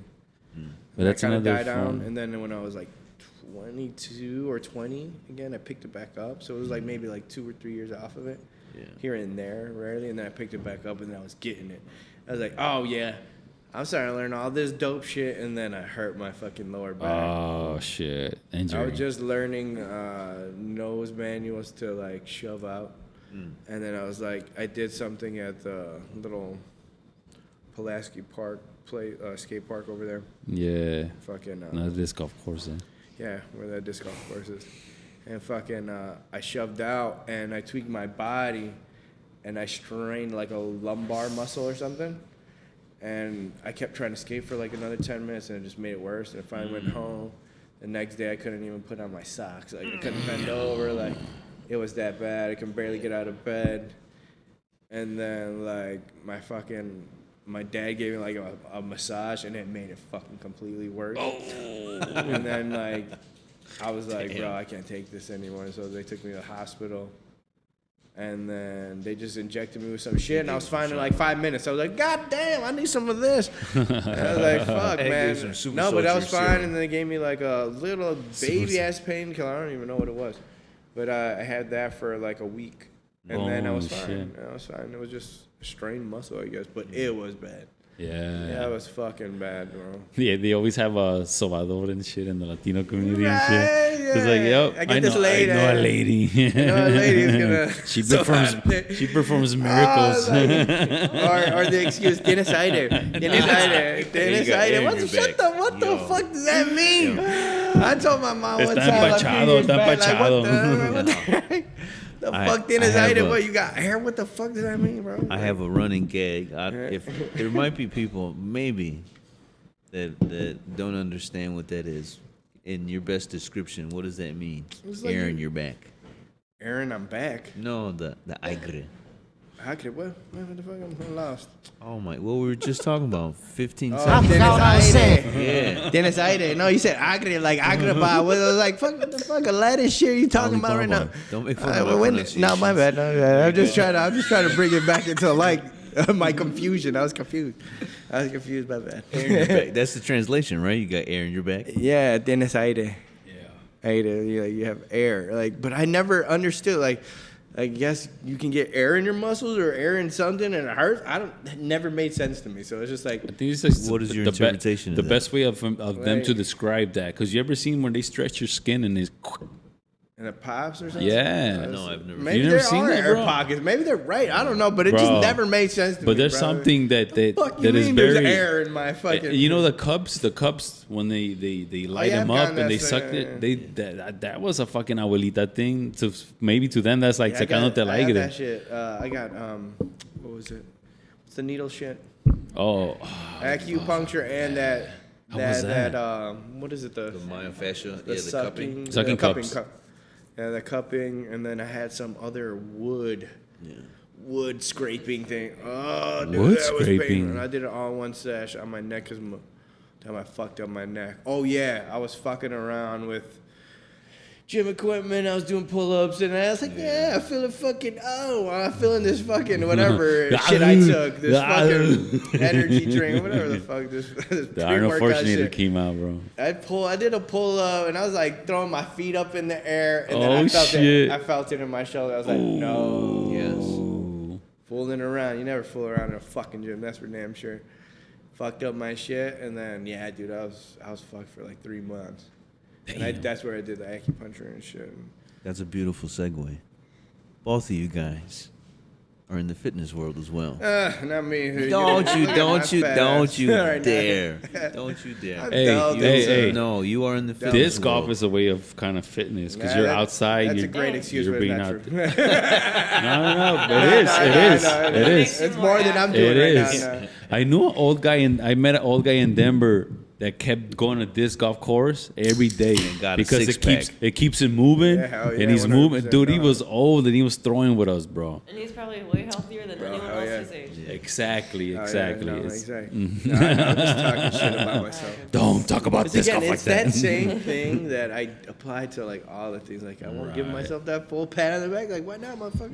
Yeah. Why not, motherfucker? Like nah.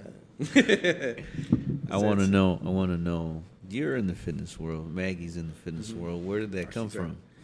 Well, I was doing it, and then for a while, from around when I was like 22, had that injury, not the neck injury, but skateboarding injury. Around that time, I was biking heavily, like trying to do 20 plus miles a day, maybe taking a day off during the week or two. That's a lot of miles.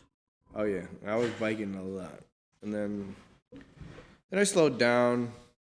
Did a lot of workout programs, and then once Maggie and I started dating, I was still working out, right, so to speak, like We were doing a lot of biking and stuff at the beginning. biking. Let's get back to biking. Yeah, the biking. Yeah, so the most I've ever biked in a short span of time was 300 miles in 2 weeks. And then it was just a goal that my mom and I did. My mom's like obviously like 30 She's years the older than I fitness am. freak. And yeah, again, it all derives from my family. My dad was a soccer player. Soccer. So my mom was. It's a lot of soccer in the east side. A lot of soccer history. Oh yeah. All these fools out here. But yeah, so like they were always into fitness. So I kind of picked up from there, but. That's dope.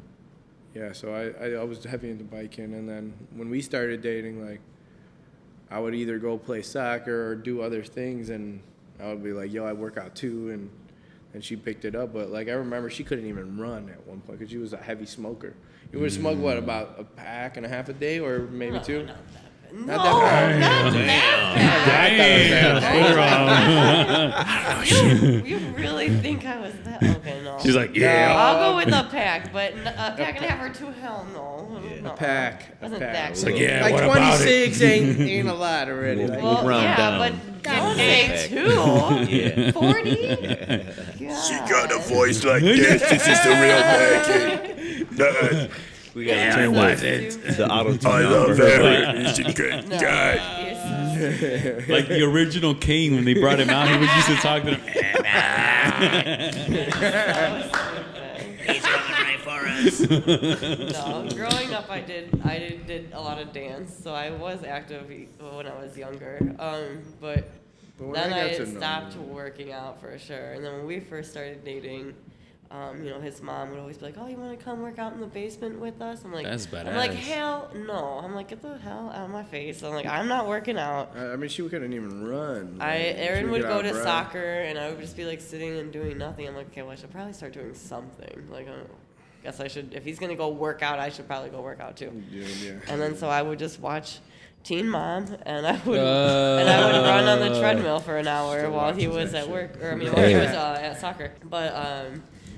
But so I mean, it was more so just I was bored, so I just started doing something. But now, I mean, Oh, dude, she kicks my ass. So there was a point where we started working out where I was getting up early just so I can work out by myself, and then she was like, well, I want to work out with you. So she would wake up at, That's I dope. think it was like 5 o'clock in the morning, right? We would get up at 5. I was like, I'll get up at 5.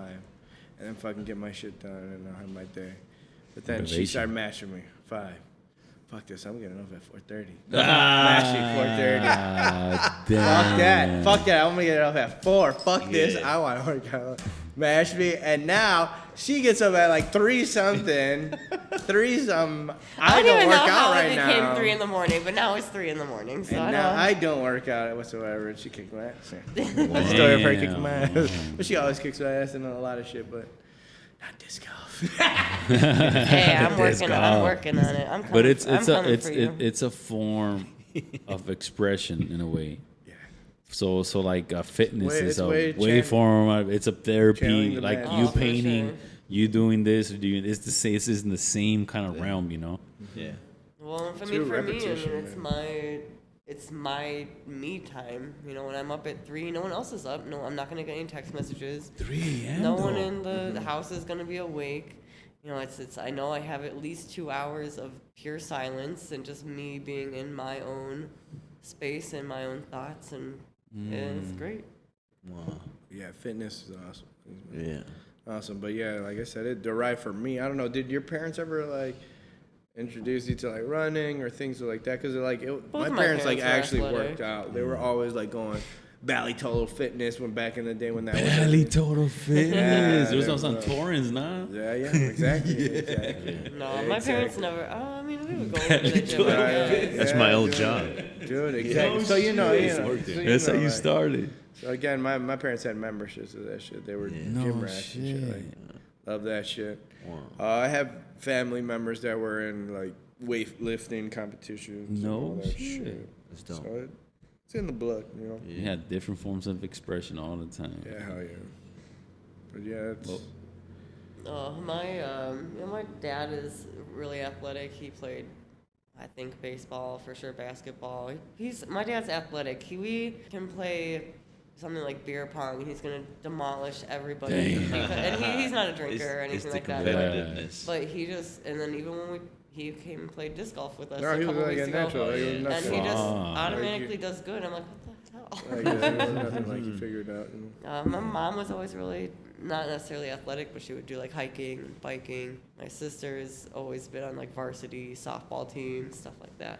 Damn. So yeah, my family's pretty athletic as well. I wouldn't say I'm athletic, but Right. I, But you got influence. but right? I, got but the- definitely I would everybody's say, been I'd around say it. both of you guys. For Absolutely. sure, because when I started to play soccer, I was 20.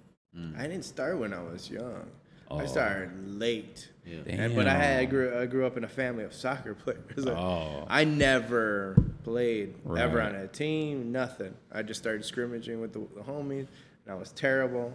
I still was terrible towards the end when I stopped, but like I picked it up fast. Right. Like I was starting to out hustle some of the dudes that like had been playing for like 9 years. Right. I was like, what the fuck? Like, I see these improvements. Like, it just picked it up like a natural, bro. It was in the blood, man. Yeah. That fucking channeling that energy, the madness, the craziness into it. You're a Voyager because, like, to me, that was my childhood right there. Soccer was my childhood, bro. That's all I knew was fucking. All I knew was soccer, bro. That's how I know. Before knowing you guys, that's how I knew the East Side, South Chicago, because I used to see some of my family members play over here on 95th on Calumet and shit. Yeah. In those come leagues, on. bro. I bet you, like, fucking my dad probably knows somebody. He played America, there. you remember America? He used to be one of Dude, the people my- that ran the 103rd. There was a small My indoor dad place. Played for San Luis. San Luis. San Luis. That was his fucking team and shit out there. San But that's the sports was my sports was my connection. It was my connection, like my childhood, my everything, bro. So that's the important. You're a Voyager, just like to me. There's a lot of people that I grew up in the neighborhood that I did the tournaments in, either here or over there. They're still doing soccer as adults. As like that's their number one amazing. thing. So that's their way of expression in a way. Yeah. We learn how to do the soccer, but we venture off to different things, Exactly. and that's why I love the Voyage way. Like Yeah. you learn different ways of expressing Experience. yourself. And there's nothing wrong with choosing either or path, but Exactly. in There's my nothing opinion, wrong with it. or in my perspective, tasting something new is great because it's a Yes. rebirth. It's a re-experience. Like, oh, what the hell? Like, it's something again you can fall in love again. Student teacher. It's a chance to relive. Like it's great finding the edges of certain cliffs that you can't, like, find your edge again. Right. Once you found it, you learn you could jump off and fly, but now find another higher spot, or something. Find something else, I like that. Yeah, bro. It's and then one thing that like that's why I love I've loved being around Schaefer all these years. He's always pushed that. Stay shapeless, keep exploring new horizons, and it could even be down to the most simplest thing. Trying maybe a new medium or trying a new food. Yeah. All right, well, there's a Jamaican spot. Let's go try that, or let's try that, like that. Just as it could be as simple as that. Yeah. Change your fucking toothpaste, or change, something. The toothbrush. Go with the one with the batteries that vibrates and shit. Man. Yeah. Break the patterns. Yeah. For how I view art as transcending and transformative, fitness as well. I view it in the same lens. How fitness can take a community and transform it on the self-healing end, on the self-maintenance, on especially in certain communities where you don't have access to foods, you don't have access to this. It's more like fast food, liquor stores. It's all there is, and to have a fitness community or have individuals interested in it is again like a beacon. Like, oh, I want to be around these people. I want to be around these people. I want to be around these vibes. When you never feel better than after you're done working out, Absolutely. And me being a nerd on my end, whatever I get interested in, I dive deep, and fitness is one of them. Yeah, and my current journey is, the minded fitness and the correlation between the powerful connection between the mind and the body. So when you work out, you guys are perfect examples. A workout session early in the morning is very therapeutic. Oh, fuck it can be either by yourself or a group class. A group class in the right environment, right music can be more powerful than the pill that they give you at the office or at the doctor's office, for depression or exactly. And it's something that it's transformative, and I think we need more of, or I think all of us are striving for. I want to be around that more, and I think all of us are on the cusp of that. We're learning. All right, let's go. Like you said, not just one thing. Let's go venture out this. Let me go try this new flavor. Not only this, but I'm gonna try this. In the fitness world, you don't necessarily have to be 100% this or that. No, if you strictly do push-ups, sit-ups, you can venture on different machines. There's a whole another world. Biking. That's why I said let's go biking again. With the fitness world, like you can have a relaxed nutrition plan where you're free, where you can go out. You don't have to. It's not restrictive, And we're learning that a balanced lifestyle. Exactly, a balanced lifestyle. A balanced lifestyle is best, Just and like in life, as in life, the ebb and flow. Sometimes it goes in this direction, but all right, come on, something needs to pull us back in this direction. But we're constantly moving. So so that I love to see the fitness end on your guys, and we're about to do karate in the garage. We're about to do karate in the garage because I have a lot of plans. I love it, And you need to sample that one fucking thing from Tokyo Drift. You gotta fucking do it there. That would have been perfect for that right there. Oh hell no. My bad. No, I had to. See? So ridiculous. So. Oh man. Yeah, stand-up comedy. Never doing it. Never fucking doing that. I just got booed out. I just got canceled twice. Fuck. Goddamn. That's the art of comedy, bro. How fast can you get canceled? Well, that's easy. That's easy. Red, what they call him? Red Barry will come out. He'll get canceled real fast. What is it? Red Robin, whatever the fuck he was called. Red Baron, what the fuck? Red Baron, I'm thinking pizza my fat ass over here. God damn. Red Robin, yum. Red Robin, Red Baron too. That's pizza. God damn. Oh my god. Got food on the brain. Right, shit. Speaking of I swear to working God, out, my soul is fat, dude. That's why I was a fat ass man. Oh Nah, I my can tell. god, man. What's that show you watched? The 1,000-pound scissors. 1,000 pound I'm best one of those friends. 1,000-pound friends for sure. I'm My soul. gonna You're my 1,000-pound best friend. me. I love food myself, but it's one of the reasons why I kind of work out is because it's It allows you to do no, yes, in a way, like I Indulge. reward myself. Like I earn this wherever I'm going in my head. This is not how I trick myself, but this is what I tell me. If I know I'm gonna exactly go what out and if I'm gonna have this pizza or if I'm gonna have this burger or whatever, I kind of want to earn it in a way. And to me, Well, you it just might feel be a little better. trick. It might be a little trick I'm playing on myself, but it's like, yo, when I bite into this, I kind of earned it, you know? You have the stick dangling a piece of pizza. Yes. that burger tastes 10 times better? To me, it tastes Yeah. a little bit better. Like, Absolutely. yo, for whatever reason, like, Well, yes. I mean, then it's all a earned balance too. this shit. You know, it's you. You know, I don't think that you should only work out and only eat 100% healthy. I mean, Exactly. you got to enjoy your Enjoy life, life. too. Enjoy life. But working out does make you feel a little bit better about doing the rest. South Chicago salad is a deep fried veggie basket. That's the staple. Sounds good to me. What we grew up around. With Heine sauce in it. Definitely with They don't Heine have- sauce. They don't have dipped Italian beef covered in mozzarella cheese No. everywhere in this Nah. country/world. That's lunch. That's That's lunch. breakfast. That's breakfast, lunch, and dinner for a lot of people. Yeah. That's the shitty thing about over here. That's the one thing I hate about over here is that there Like the is no options. healthy food options. There's nothing. Subway, but that's sketch. And Subway is still shit. yeah. Like, if you want to go get a salad, like, good Nah. fucking luck.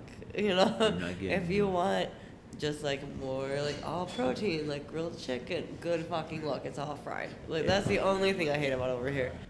Is that there is no good, healthy food. There's nothing to benefit the community health-wise over here at all.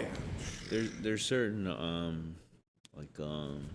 the Chinese restaurants that if I asked them, they would usually do like a grilled chicken with the baked veggies, but it'd have to be like a custom order. Right. That's the only thing. nothing, yeah. That's the only The thing. only thing. Yeah, And there the is no option. The best healthy option, walking distance of my house, is this thing called the 4-Star Fit Burger. Yeah. I like the plug. It's at a restaurant called Grillers on 119.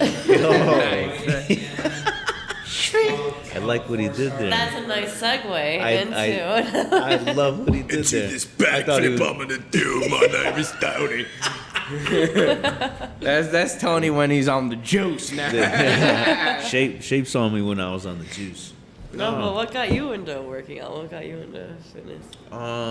It was way back when because I grew up in the area and I knew. Dude, he came out the womb with a fucking 40-pound dumbbell. Oh, not at all. Not at all. I'll give you a brief rundown. I was born to do this. Yeah, that should have been your response. I'm Bear Grylls. No, actually, I tried out for football when I was in I forgot what, freshman or whatever. I was a skinny little. I'm short, but I was skinnier, and I got demolished. So that kind of pushed me away from fitness for a long time. When I was after high school and everything, well, kind of during high school, I didn't know what I was going to do. So Army was an option. So then I'm like, all right, if I do this, I kind of want to get a head start. So I started running. I started working out. I asked my friends that were working out, like, yo, what can I kind of do? I want to kind of start Developing yourself for the developing, Army. yeah. So, and then while I went in, that's a self-investment. What I kind of put work into, I didn't know how to swim. Shout out to my buddy Saul. He would sneak me into the YMCA and teach me how to swim. Is that the barber salon? Yeah, absolutely. Yeah. So that barber salon Yeah. knows my Yeah. sister. Yeah. I played soccer with that dude. I love that. And Man. that That's dude my knows brother. what's it called, Alan Cortez too. Yep, yeah. I always call Alan Cortez my primo because we have the same last name and shit. So he used to get me in the Y. He taught me how to swim, and that's one of the things. And then we would get the sauna, and we would work out. We work out still to this day, and that's Saul's one of the main. Does Saul dudes. work at Alan's shop? No. So Oh. he's a police officer. I don't Oh, know he's a if- police officer. Yeah, He used to cut hair, right? Yeah, he still does on the side. That's like one of my first barbers too. Juan, he used to cut at the trim, and he became a sheriff too. So Oh shit! Yeah. I didn't have my haircut guy no more, and then I went to my buddy Magic. But it's crazy. They all have shops. Alan has Major Cut Studios. Yeah, in Whiting. Shout out to them. Shout out to them. Shout out to my homie Lewis, who started cutting my hair after fucking. But he goes by Magic Mustache Lounge. Those guys Oh too. yeah, by Yeah, Whiting. yeah. Hey, they got a good segue too. They got a spicy chicken sandwich as well. Yeah, hell That's yeah. also delicious. Hell yeah, dude. I used to do fucking school projects with a homie fucking Magic, bro. And fucking back in the day when we were in grade school together, we grew up and shit in the same school and shit. So I gotta That's dope. interject real quick. Who cuts your hair now? Miss Maggie Berry. Yeah. Maggie Berry. I got that. An expensive cut, man. You sure do, bro. Hell yeah, that's dope. I'm fancy, huh? Nah. You got razzle dazzle. Hey. How long? I get that, Gold Coast cut? Where are you at now? River North. River North. All right, close enough. What got you into hair? What got you into that? Needing to figure out something to do to make money. No, after art school I had stopped. Well, obviously I left art school. And just was working at a restaurant. I worked for Goose Island, the 312 dope. beer company, which was awesome job. But after 4 or 5 years of that, you get sick of being in the restaurant industry and you need to figure out what the heck you're actually doing. And then, luckily my parents are nice enough to pay for school for me, so they said that I got 2 years to figure out what I'm doing. And I said, what can I do in 2 years so I don't have to pay for anything after that? And started doing hair and actually ended up really loving it. Figured out that a lot of it actually goes hand in hand with art. A lot of it is geometry and just the shapes, colors, color theory. Got really into science. I believe in science. And I got really into doing hair competitions, which was really cool. You got to be super creative with that. Ended up getting to travel to Italy because of it. Wow. That's I dope. was in the Hair Olympics, which I didn't know was a thing. Wait a minute. Yeah, I was just gonna say. Wait a minute. Hold on. You open up a whole different world. Wait a Shit on the jet. Alexa. What the fuck is the Hair Olympics? The Hair Olympics. What? Siri, what is there? I'm sorry to interject. But Hair Olympics? Yeah, so you go, To Italy. when right? we went to Italy, went to Milan. It was very cool. So I was on the student team because I was still in school. Traveled with 3 other girls, and you compete against like 50 plus countries. To the death. Yeah, to the death. I'm glad you're here.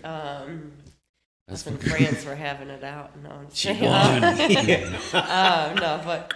But it was. Oh, I love that I movie. would love that. That movie's so underrated by fucking Adam Sandler, man. No, it was really cool. No. This go. But what about what they say about the goat? The face, he making the face. Oh god, yep. He is definitely one of the judges. No, so we had to do 3 different categories. There was we had to do like an updo, like a creative updo, which you had I think like 20 minutes to do. No shit. So and then a haircut, which I think you had 30 minutes maybe. And then this is a long time ago. I don't totally remember. But and then there was also a technical where you had to. Kind of hard to explain, but you're basically moving the hair in all these different directions to create this certain look. Like you're painting. Yeah, a lot of it had to do. A lot of it definitely relates to art for sure. Wow. Which was a very cool experience. Same principles. Yeah. Wow. So I ended up loving hair after all of that, especially it gave me some really cool opportunities to travel and to do competitions and be creative, and it was Well, great. that is a form of art It for because sure is. now you got colors. You can mess around with colors, cuts, like Allen, different ways of making a hair look. Yeah. Blending. Yeah. Blending. Oh, yeah. Oh And my all, God, I mean, it's all- everything goes hand But in hand. is art like science though too? Because it's like you have this whole ideal, this theory. Well, color brand new theory test. is science, so yeah. Well, it was the same thing with music theory. I'm sure. What I've learned from interviewing everyone has a whatever field. Shapeless example, perfect. I'm looking at him right now. It's an art and a science combined. Yep. With working with Buzz and learning how brisket and all that shit. It's an art and a science. You know, learning how to sell online. It's an art and science. Learning how, there's multiple fields and if you, to me, in my perspective, if you want to be good at it and genuine, it's an art and a science kind of combined, whatever field is. Yeah, absolutely. And it's that constant battle of, all right, how do I learn? How do I get better? I don't like this corner. I don't like this. I don't like that. That's the artist's journey, the hero's journey. The nitpick. It's something of which is awesome to see. It's beautiful. That nitpickingness is always the thing that, at least for me, makes it feel like painting's never finished. Yeah. I could tweak this out. Oh, I could do this over here. Oh, I could do that still. And this painting's like X amount of years old, Well, it's the same even with hair cutting. I mean, like, if you want me to cut your hair for 5 hours, I could. There's always something that you can fix. There's always something you And can then tweak. you're a therapist while you're for cutting 5 hair. hours, yeah. Yes. That That's too. a good chunk of time. That too. Therapy. Yeah. That's a whole nother aspect of it, which I've actually grown to love because You get to know these people. you get to know them really well, and when I first started doing hair, I'm not that social. I'm more Really? of an introvert, I would say. And so when I started doing hair, I'm like, am I an introvert? Why are you making that face? No, I was thinking of something stupid to say. I was like brainstorming. You're making it look like you know I introvert. know, it's my spastic mind already trying to fucking. There's a character coming now. Who is it? Like He's about to get dropped. It's gonna be Whoever like that a character Zohan is. character. No.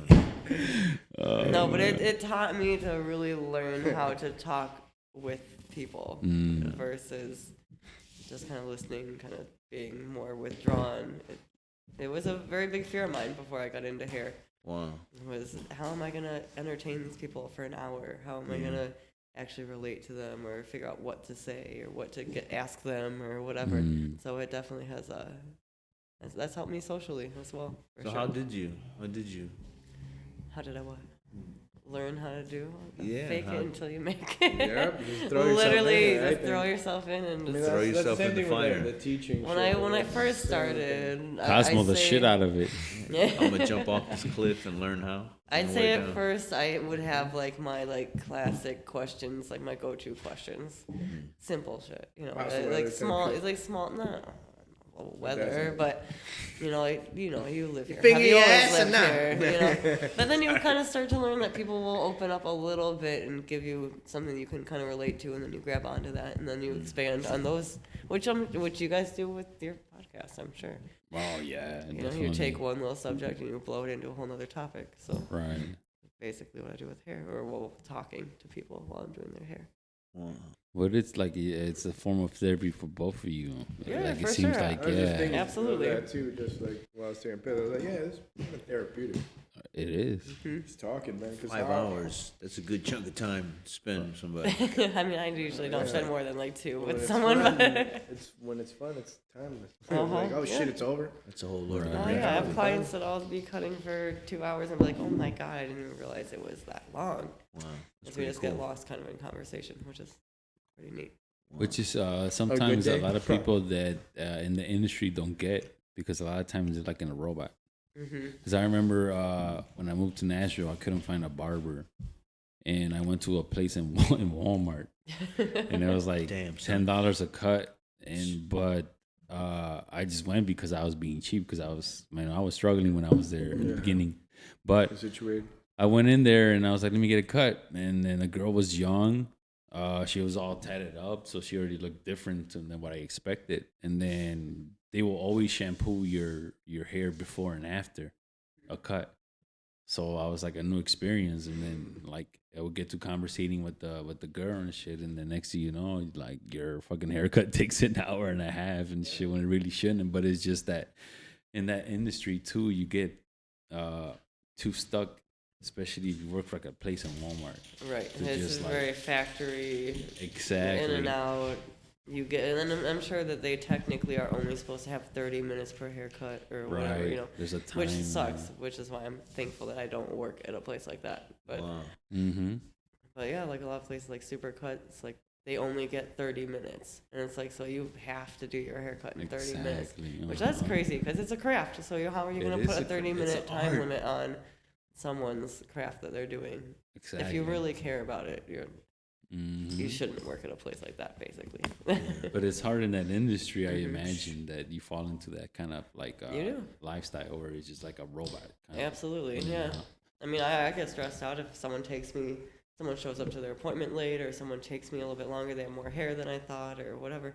And, you know, I don't like being late. I don't like running behind. And so you get kind of put on this level, like, I just have to push this out. Like, I can't even talk to this person right now because I have to finish in 30 minutes and I don't have enough time for this. And that takes all the fun out of it too. So exactly. It's like if you were given a painting every 30 minutes, that you have to finish it by the end of this 30 minutes. Like, that's like commission work can get in that way. Yeah, exactly. I haven't done too much, but I was doing it consistently. I was just like, it just drains you because it's so repetitive, and it's just like it's this.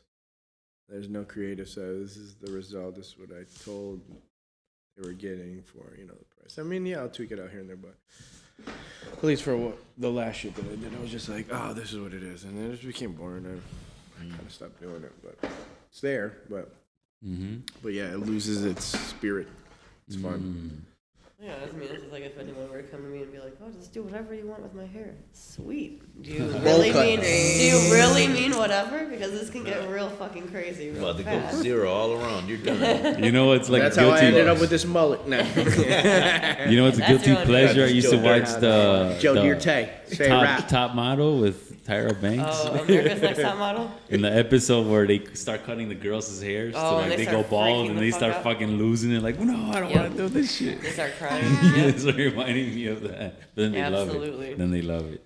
Yeah, no, it's people will always be like, well, what would you do if I just told you to do whatever? I'm like, you don't want to know because I'm an artist, so this will get real creative and real crazy looking real fast. How many opportunities have you had to be really creative with the hair like that with Open Freedom? Well, when I worked for the last company, we had to do a year of creative training, so we had to find people who are willing to let us kind of do almost whatever. And then at the end of working there, you had to do a not like a runway show. Like no shit! What the fuck? Dope, man. I helped her set up. Aaron was one of my models. It was dope. Nice. It was dope. Holy shit! So basically, you have to do like. I forgot what I was saying. He's stumped. I'm sorry. I forgot what I was saying. Dude, that's the same voice, isn't that? Sorry. I'm like you. I'm trying to pick up. No, but it's cool the contest because, like I said, Face Off. I used to love those contests, and even like another guilty pressure was about Travolta. when they did the modeling thing. What is it called? When the artist did the clothes and all that shit. Oh, like it was a big show. Oh yeah, what was it? I forgot what it was called. It was the same thing, like Face Off, but yeah, it's so like a fashion design. Fashion design. They tell them, oh, you can only use this kind of clothing. This is what we're looking for. This is the vibe we're going for. And then they created role model or role something. I forgot, but it's exactly the similar thing, like Face Off was people making characters. Designing clothes. Project Runway. There you go. Project Pendejo for you. You don't remember shit. Project Marijuana. No mames, way. You remember? Hey, Thank you for letting us do this. Yeah, no, cheers. Appreciate it. Sending it back to you guys. I think you guys are all student teachers. You guys are learning Hell yeah. in your own craft, but at the same time giving back. Yep, for sure. Yes, perfect thing. To dive back to shape with the burger. I've always kind of felt like in our area we're kind of missing something. So local business grillers, Danny, the owner, shout out. We were chopping it up one day. I was training him. We were talking, and we were talking about food. So he's like, "Hey, anything I can do to help?" And I said, "Yes. Can we get healthier options in the area?" You know. So we sat down in that, and for me, it kind of felt good because I was like, "Yo, I'm taking an outlet and I'm kind of giving back."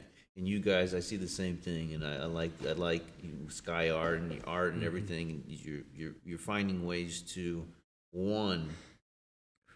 take whatever energy you get from life and everything and put it into something, whether it's a painting, a music, art, fitness, squats. So that's how you know squats are terrible. Like no one's doing squats. Like Well, you guys know it's a necessary evil. I'd rather do deadlifts than squats, honestly. Fuck squats. We shall talk soon, my friend. I can deadlift about 20 pounds. Stupid. That's not even the barbell. But fitness and art, we're finding in our area there's multiple outlets. You know what I mean? And I think we're all, like you said, we're all taking a bite out of this. I love watching you guys make art. I love watching you make music. I love watching you create something that I've never seen before. It's awesome just to be around that, and for me being in my little bubble, experiencing my voyage, and to see other people passionate about anything is amazing to see. And I think we're in a new, I call it like the Renaissance around here, where there's so much talent, there's so much creativity, there's so much positive energy. Something's gonna happen, and whatever it is, it's gonna. I think our area can be the potential, the next Hyde Park, the next South Loop, the next. If everyone takes these businesses around here, if everyone kind of. The talent is there. That whole your Renaissance here, reference. Your talent here, Shapeless's talent. Like you guys, I wish I could give you what your worth is for that, and I'd love to hang that. I think your shit belongs in what I've seen, alongside what I've seen on museums. I've seen from the work. I've seen Shapeless work at the gym to put the hours and the tedious work, and for him, it might be tedious, but it's therapeutic. Yeah. To see Maggie create just the whole process of rolling and everything, to see with the music and the art, it's to see that and not only are you guys learning, but whoever wants to learn, come on, it's a revolving door. Yep. I'm gonna share. I'm gonna give you everything to see that, to be around that, to have that in our areas. Beautiful. I love it, and I wish we can put anything we can do to help and shine light and positivity. Anything. Of course, man. I'm still learning, you guys. Anything else that you guys do as positive outlets that we might not know? Yeah. You might do like yodeling. I wish. Imagine if I was like a fucking classically trained yodeler. I might not know. Gargling verga? You might grow a rare type of tomato. You might be like a green thumb. I don't know if you got. What do you got? Aaron is pretty good at growing plants. There you go. I kill everything. No, I just killed one recent plant. I'm pretty pissed. But it's alive, but it's dead, but it's alive, but it's dead. It's still alive. It'll be fine. It's all right. It's all right. Anything else you guys do for outlets? The disc golf. Recent adventure. Great one. Voyager. Obviously, he's a huge advocate for also, that. my cousin Rob got me into that. It was forcefully too. We had just finished playing basketball. We did a couple rounds of varsity because we're too fat to fucking play more than 3 or 2 days of varsity. And then he had to go buy his job over at Dodge. He's a car salesman. So if y'all need a car, hit him up. Rob Cortez at whatever the fuck is his email. Don't even. Yeah, he works at Dodge, Napleton Dodge. You know, We'll holler drop at him, all give the me some specifics. shit, We'll you know. add that in there. We'll add a little clip to it. Yeah, and then, Give but him the yeah, so promo video. he had to stop by his job, and on the way to his job, there's this disc golf course called River's Edge. So he's like, dude, you gotta try this game out. I'm like, no, bro, I'm tired. I'm already going to your job when you could have dropped me off at my house, and it was like 10 minutes away. Now you drove me this way, so I was like upset. It was just like, all right, well, let's play one hole. I was like, no, bro, let's go. Just go to your job. Let's play one hole. All right, come on. If you just shut up already, let's do this. Started. Next thing you know, we play the second hole. Next one, the third hole, fourth hole, and then it's the sixth hole. And then I was like, bro, like he even just broed me. He was like, bro, we gotta go. We've been playing for too long. And sure enough, we left. 7 hours later. Yeah, exactly. So we left, and then after that, I played maybe a couple more times, and then I really picked it up during this past spring. So what made you fall in love with it? Was it the sport part, or was it the nature part? What did you actually make you fall in love with it? The nature therapeutics, because it gave me time to fucking just be alone too. Because I was playing with people, yeah. Right. And then I was just like, I want to get better at this, so I need to find my time, my perfect time. And you know, working out, it was a thing that was a morning routine, but that became the morning routine. Go out, play, go to the studio, handle everything. So that would put me outside and get my body going. Nice. Yeah. Just working on something that I can actually work on. So just I could see improvement. And you are being fit. See that. Like you were saying earlier too, you know, finding something new that you can enjoy and develop. Perfect and, you know. Yeah, so it was something different. It was, That's dope. Again, I played golf. I play golf every once in a while with my dad when he wants to play. He's heavy into golf. Right. So I'll play maybe semi-annually with him. And so understanding golf and throwing it with a disc, same concept. Same concept, yeah. So it was really cool applying that, and it's free most of the time. There's only one time I ever played for money, yeah. Paid pay, for it. yeah. It was $3. It was like, what's that in comparison? $3, bro. To go to a shitty golf course, you pay like $30-$40. Play a really good golf course, it's fucking like $100. Yeah. $100 plus, and then it's just like, damn, disc golf. The better courses are $3. Like Right, and it almost feels like a hike. $10, $20. Like that's it. In different places, it almost feels like a hike. And it's awesome because there's every course is different, and I'm sure all the fucking golf courses as well, they're different. But so that's what I like, nice. the combination of the things, the being out in nature, the being the sport part of it, where you learn techniques of your hand, because you throw and you think a throw is like throwing a frisbee, but it's not like that at all. It's just like there's different forms you could fold your wrist so the disc could fly a different way. And it's crazy in that sense too, of like hand and eye coordination. The more you let go of thinking, like the more it's almost like intuitive. Like your body will naturally do this correctly if you just stop thinking, overthinking. I mean, obviously you have to think to a certain extent, Right. to adjust your technique, but Exactly. once you even let go of that too and become more one with the emotion, it's like One with the disc. yeah, dude.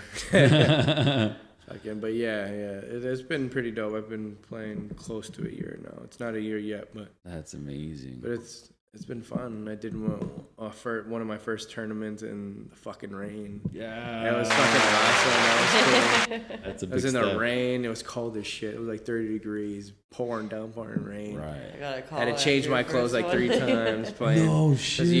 it was called Kings of the Courses, and you played at Pulaski Park, which was that skate park I mentioned. You need a pair of rain pants? No, I got you.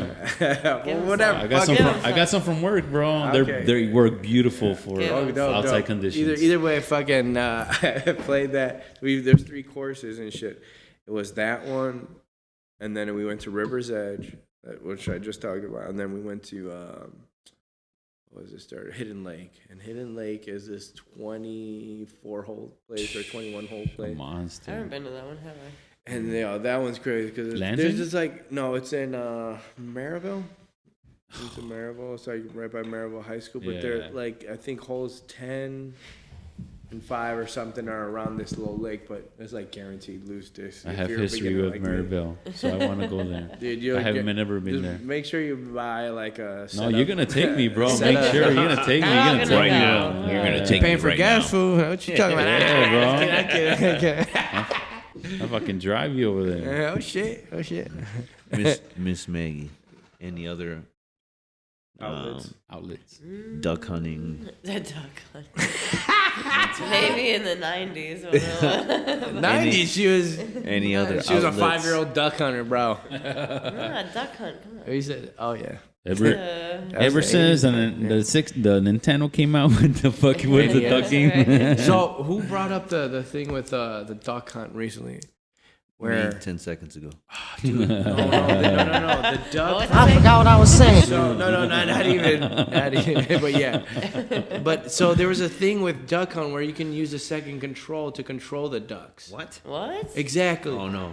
Yeah, there was something that We're getting it you. for the studio. Yes. Yeah, we. It's on No, YouTube. it's true. Let's It's order like this you shit could right do now. something where you can activate the second control, and then the second player controls the ducks I while you love try that. to shoot. Yes, Who the told second me player this? controls the ducks. Was it you and I were talking about it? No, who the It was a YouTube video that showed like the technique, like all Dude, someone just told me all the about this. tips. I was like, No, get but it that. wasn't me though. But I know what you're talking Well, I about. saw you Monday. Yeah, we Played played disc at golf. Foresight. Yeah. Yeah. But I do think that we need to buy that game. Yes. I'll have duck hunt. I have the No. I Well, need the with- Well, I think my secondary sister got edition. This version where you. Well, can we need the control original duck. edition. Yeah, we got that. I got that. We're gonna OG find that version. video and we're gonna Alright. share it. Oh my god, it's crazy. Back to the original question. Yes, I duck hunt in my spare time. We went into the There it is. That was. What's the other one? That's All right, let's get the it. Twilight Zone. Yeah. Twilight Zone. What's the first one? The first one is I forgot what I was saying. Okay, and then the the last one is. I forget. We got I 4 forget little all. different ones. Back to the original Alright, question. So, I've been doing disc golf with Aaron, which has been really cool.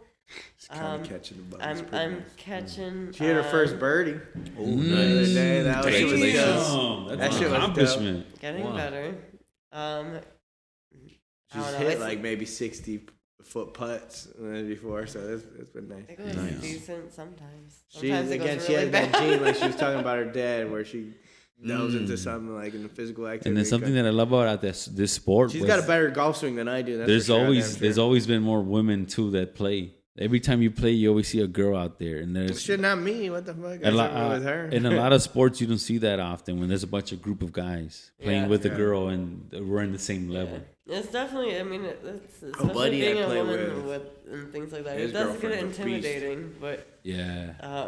but I mean, I think that what's really cool about that whole community is that, I mean, one, it's just like a good community. Everyone's really Everyone's nice. positive. But you know, Yeah. like if I come in, I mean, Fucking one of the stoners. first few times I played with a lot of people, you know, I'm not that great, and you know, I went in playing with a random person that I didn't know, and I'm like, yeah, just so you know, I'm not great. He's like, it's cool, whatever, like, it doesn't Everyone's matter. encouraging. And then you know, and he started teaching me the things he knows about it, and I'm like, this is pretty cool. Fucking I like this awesome. community. I like that it's not stressful. You know, The community. say if I were to go play soccer with a bunch of guys, I'm gonna get a bunch of shit for not knowing what I'm doing. Versus playing Disc golf. disc golf, people are gonna take the time to teach me what they know, and it's more chill. And it's not, what are you doing? It's Right. oh, let me show you how to do this or how you can be better. Or And you so want it's a really beer. nice. Or you want a You want a beer. hit. yeah, Smoke, exactly. man. It's my kind of sport. Right. No, but other than disc golf, I mean, Ooh.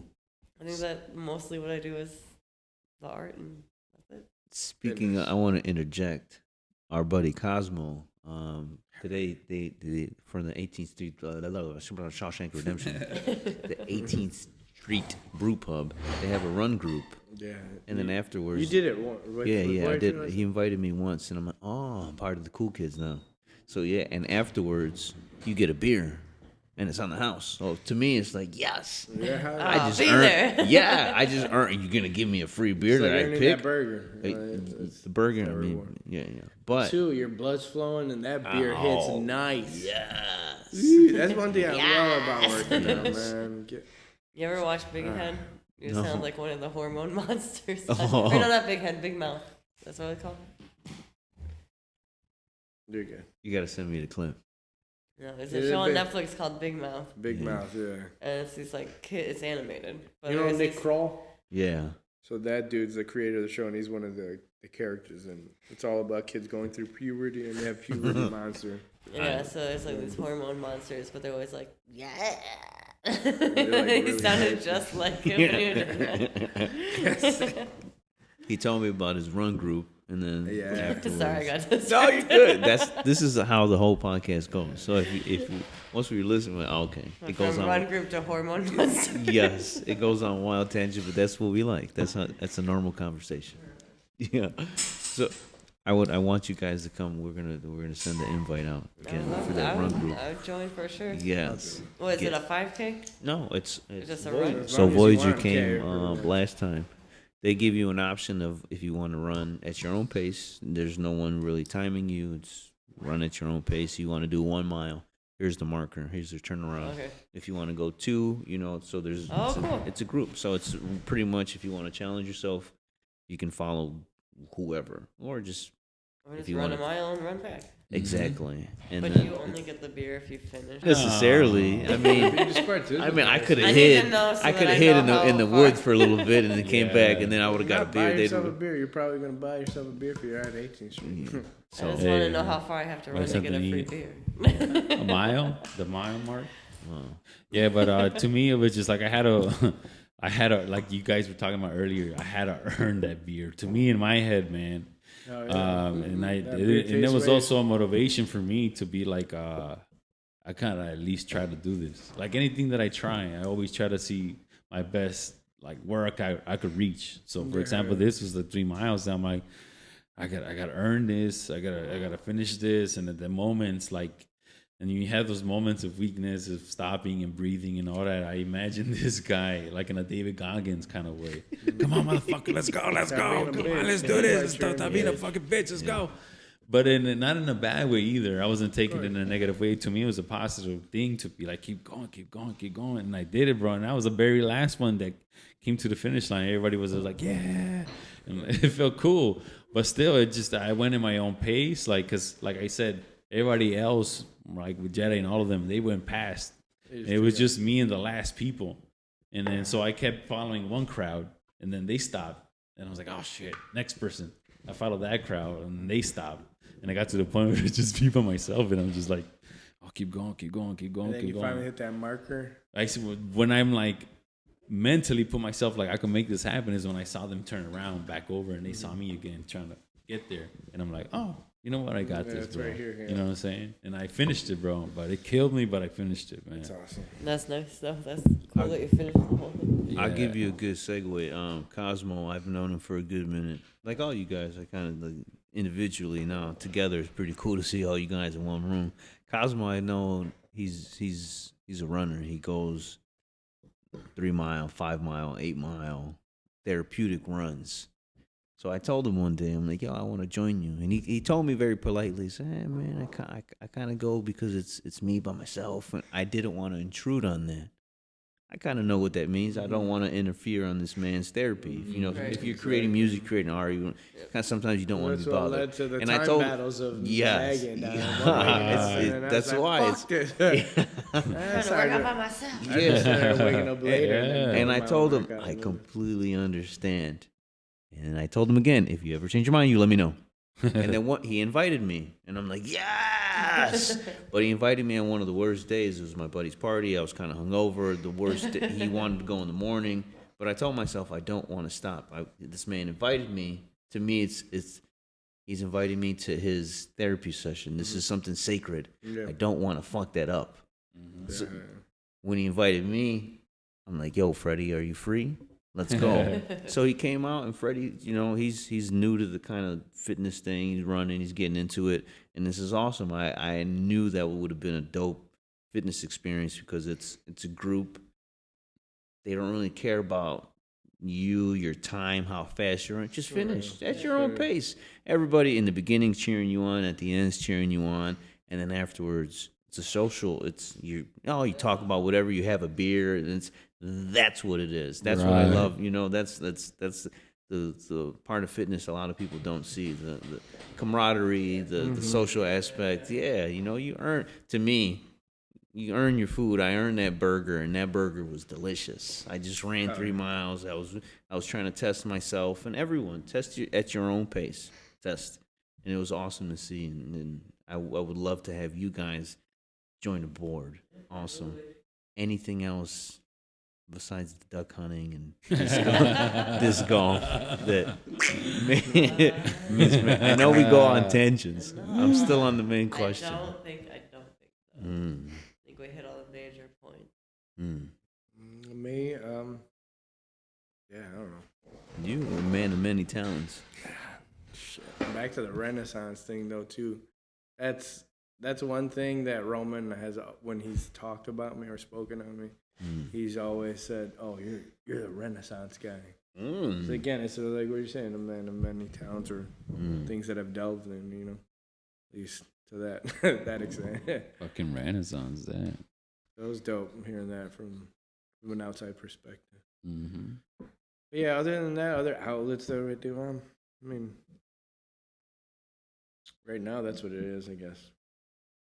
It is.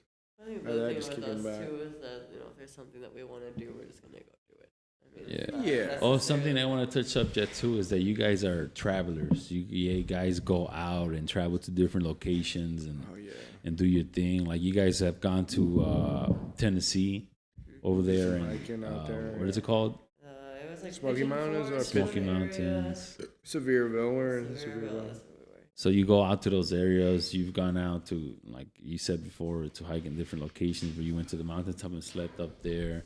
On You're tour, even going to like your dad's place. That's a way of traveling and escaping this kind of world, if that makes Oh, sense. yeah, and it's shit. definitely a different area. For So that's something that I want to talk about. Like, how much has that influenced you as a person or as an artist going out there doing those kind of things? It's definitely influenced everything. I think so. Because again, it goes back to that trying something new, exploring some new stuff. One thing that was my favorite addiction, I guess, was being on the road with my band. As just everything was new every day. Regardless, it's like, oh yeah, it was my brothers and we're over here playing a show. Like that was the consistent variable, but the setting was changed. People were changed. The moods were changed. It could be good days, bad weather, good weather, whatever. But it was always changing, and having that nomadic experience of consistently traveling from spot to spot, like it was the key to making time slow down. The more experience, the more new shit that you do in life will slow down time, because everything becomes more memorable and impactful, because it's, oh, this is the first time I'm doing this. This is the first time I'm doing that. And so when we would leave for these small runs on the road with the band, which may be like 2.5 weeks, 3 weeks, something like that. Nothing ever more than that. Sometimes it would be a week run or a week and a half run. But since we were in a new state, new venue, new everything, every day, new people, dude, it felt like we were gone for years. Like, it was awesome. Wow. It was awesome. And then coming back from that and that dying down, that's hard to adjust when it was consistent for like 4 years or 3 years, hard. 3.5 years. That's hard. So it's just like, that come down was terrible. Yeah. It's hard to manage, but again, figure it out. You But I adapt think and it adjust. comes back to the therapeutic way of doing different venues of expressing yourself. Exactly. Because to me, like expressing myself either through being a parent, expressing myself either doing videos, expressing myself creating a design. Like, it's different ways. And it sucks because, like you said, when there's a pause and you pause all those things that influence your better health, you go down fast. Yep. And it's hard to balance and find other ways of balancing yourself, which brings it back to why I feel it's so important for a lot of people to learn different venues of how people cope with themselves, how people put themselves in a better place, you know? Yeah, no, 100%, because it could definitely help an individual that's going through something in that time of listening or whatever we're talking about, or wherever other people that you're talking with can correlate to, you know? Mm-hmm. So in that sense, hell yeah, I agree with that. And you, like, your travels? I think for me, it's mostly, I wouldn't necessarily say something that like creates inspiration or anything like that. I think that more so for me, it's a reset where I can step away from rolling paper every second of every day, and I can step away from being the therapist to my clients, and I can not think about anything. So I think for me, it's just like a nice reset, and then when I come back, then I'm ready to work just as hard as I was working before. I don't think that I necessarily really take a lot of inspiration from traveling. I think it's more so I just like to enjoy the time with the people I'm with, and that's about it. Yeah. It's beautiful because, like you said, it's a reset because you go to a whole different destination, so you just have to learn a whole different how to go here, how to go there, how to talk to certain people. Even though we talk the same language, you kind of feel weird talking to somebody over there in a different state, you know? Like, you don't know how they're going to take it. So it's a whole different, like you said, it's a reset. And finding out what's like, how am I going to approach the situation? Travel, or am I going to Uber it? Am I going to get the train, public transportation? And that's something new, and like it keeps your mind resetting. And it's always good to do it as a group too, because you're learning together. Yeah, no, absolutely. You know? You definitely learn a lot traveling with different people, that's for sure too. I know, I think traveling's an awesome way. I mean, don't get me wrong, I do get inspiration from certain things. I might see like colors I really like or whatever, and I'm like, oh, that's cool, I'll remember that. But other than that, it's not like a main source of inspiration by any means. Yeah, and it's perfect to find that, but it, like, to me, it's just like traveling out somewhere else just brings different. It brings different things. Yeah, definitely, it makes you think differently. It's like anytime that goes like, it's funny because being Mexican, a lot of people, the only outside experience they have out of the cycle they're in of working in the factory job is going to Mexico. And releasing all their happiness, releasing all the shit they've been holding together, and just mushrooms in the mountains, like all that. But to me, it's like expressing that you can have that experience of just going to Mexico every year anywhere else. Yeah, absolutely. Go learning new things and new ways. And I think some of our favorite trips we've ever been on have been ones that have been more like secluded, more like when we're in the mountains, and ones where we're not necessarily, we're not at a fancy resort, we're not around a million people, we're not going to parties or clubs, or it's where we're just walking through the mountains and being able to enjoy the real shit, quiet stuff. Cool. That's something important you touched on, because to me, when you're going up in the mountains and you reach that peak where there's no noise, it's that air. I've never done that. There's you hear birds, but besides that, it's total fucking silence, like real silence, and you're like, fuck, if only people could fucking experience this for a certain amount of time. And it's a reset to yourself. It's a reset to your mind. You could really lose that anxiety, because being in a city, you always get this anxiety of a bunch of shit that's going on in your head. I felt that exact same thing when I went to Lizard's Mouth in Santa Barbara on one of my first tours. And our fucking tour went to shit, of course. I was being so ignorant to the game and thinking it was going to be this like month and a half long tour. And the first couple weeks got shot. So we were staying out at the band's that we were gonna tour with house. We were staying at over there. Yeah. They were like, you know what, guys, they're outdoorsy guys that like to hike and do all this shit, because they lived in Lompoc, There's just a valley. So there's a lot of hills, a lot of dunes, and yeah. It was like, lifestyle, yeah. and dude, the weather was perfect. It was like perfect, 75 degrees to 65 always. Like, so they took us out. They were like, "Yo, we got to go to Santa Barbara. We got to go to this spot that the locals call Lizard's Mountain. It's just the peak of the mountain on one of the Santa Barbara mountains. I don't know what the mountains were over there, but it was just a peak of a mountain that had this like opening like thing tip, and it was just a spot where it looked like the shape of a lizard's mouth. And what we did, we went up there at night, and this is my first time out in Cali as an adult. I'm 20 years old.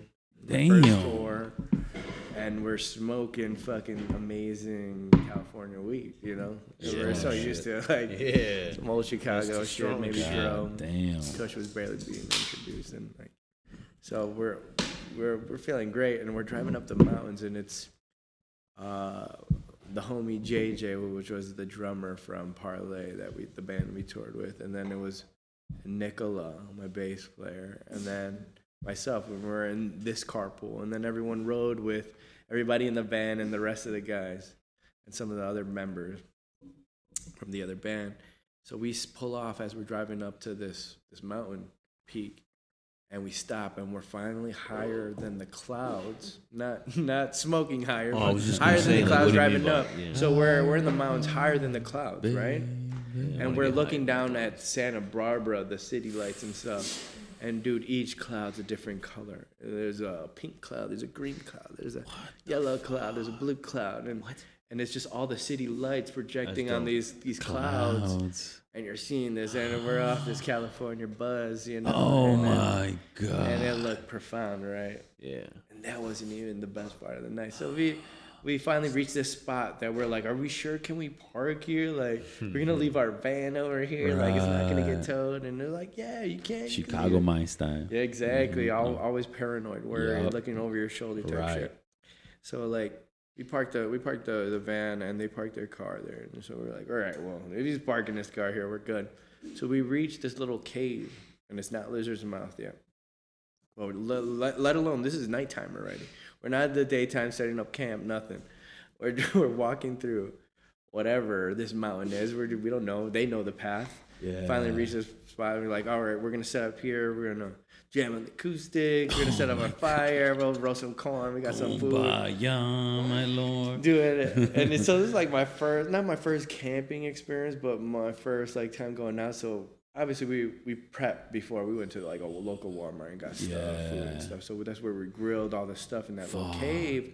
But my ass was like, I'm buying a BB gun. So I buy a BB gun, bro. It's so great. It's so great. I buy a BB gun. I just carried the this. pump one or the one with the... Yeah, the pump. Not the CO2. Like, this ain't gonna do shit, motherfucker. What you doing? It is great. I bought that. And it was just fun. We were shooting it and shit. But yeah, so we went to that cave. We played some acoustic songs in there. And then, like, eventually we got to Lizard's Mouth. And once we were there was no clouds in the sky because they were all below us. Wow. And dude, the stars were like, I've never seen them before. Like, I've seen them in various spots. Again, I traveled, so like I got the opportunity to, but like that view, I saw the Milky Way gas line, the shit that you see on like Google, you know. It's like, is this really how it is? Like, nah. And then you finally see it for real, and with your own eyes, no photo editing shit, and it's like, it's wild. Dude, I can't count all the stars. Like, there's millions. Like, it's wild to see. And to see the gas line, the different colors of the gas, it's like, I was like, what is going on? It's either some good shit or it's just real life. But it's therapeutic, ancient knowledge kind of fucking shit, bro. Yeah, and it was just like, again, like how you said, when you finally reach that peak of the mountain, I wish that everyone could see this thing. Well, if you think about it, the Aztec Mayan bloodline, they didn't have TVs or lights. They looked to the stars. They looked to the stars, and they directly aligned all their pyramids, all their sculptures, their agriculture. Their philosophy was based on not only nature, but the stars And when humans see the stars, like I mean, we can see once in a while a bright star here and there, but to see a full-on galaxy, to see the full how nature's intended, it's an awe-inspiring thing. Oh shit, we're on a flying rock in the middle of space. Exactly, and to bring things back to the full circle thing, and again back to the intro or what we did with this, it was just like, what do you want to promote or something in the beginning? It's just like, yeah, I can promote all the things I'm doing and all that stuff, but I want to promote that peak of the mountain feel. I want to promote that because that's what it is, not this individual shit. I got this song, you can check out my SoundCloud. Like, I love music. I try to put that, especially lyrically, try to promote what I'm talking about. But like, that's what it's about. Spread that, because that benefits all of us. That's not just me. It benefits us. Right? But that's the ancient language of art. That's Earth's art, the stars that we're getting. Earth's art. That's the galaxies, the universe's art that we're getting. Your interpretation is this, bro. Somebody could look at this and look at it like the fucking stars. You see them at that moment, you know. I'm like, fuck, like what is this? Like, oh my fucking God. It's a whole different experience, a whole different expression, a whole different open to another different universe and shit. But I fucking love.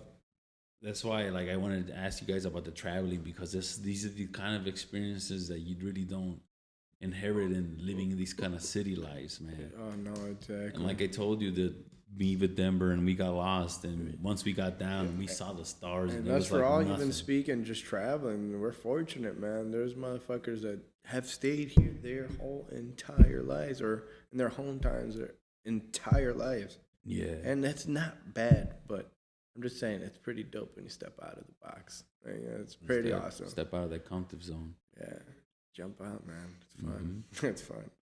Again, you throughout life you put yourself back in a box, whether it be the same one or a new one. It's just constantly finding that balance and readjusting and figuring it out. But yeah, man, that peak of the mountain feel. Beautiful. Yes, it's awesome. Any last words, Senor?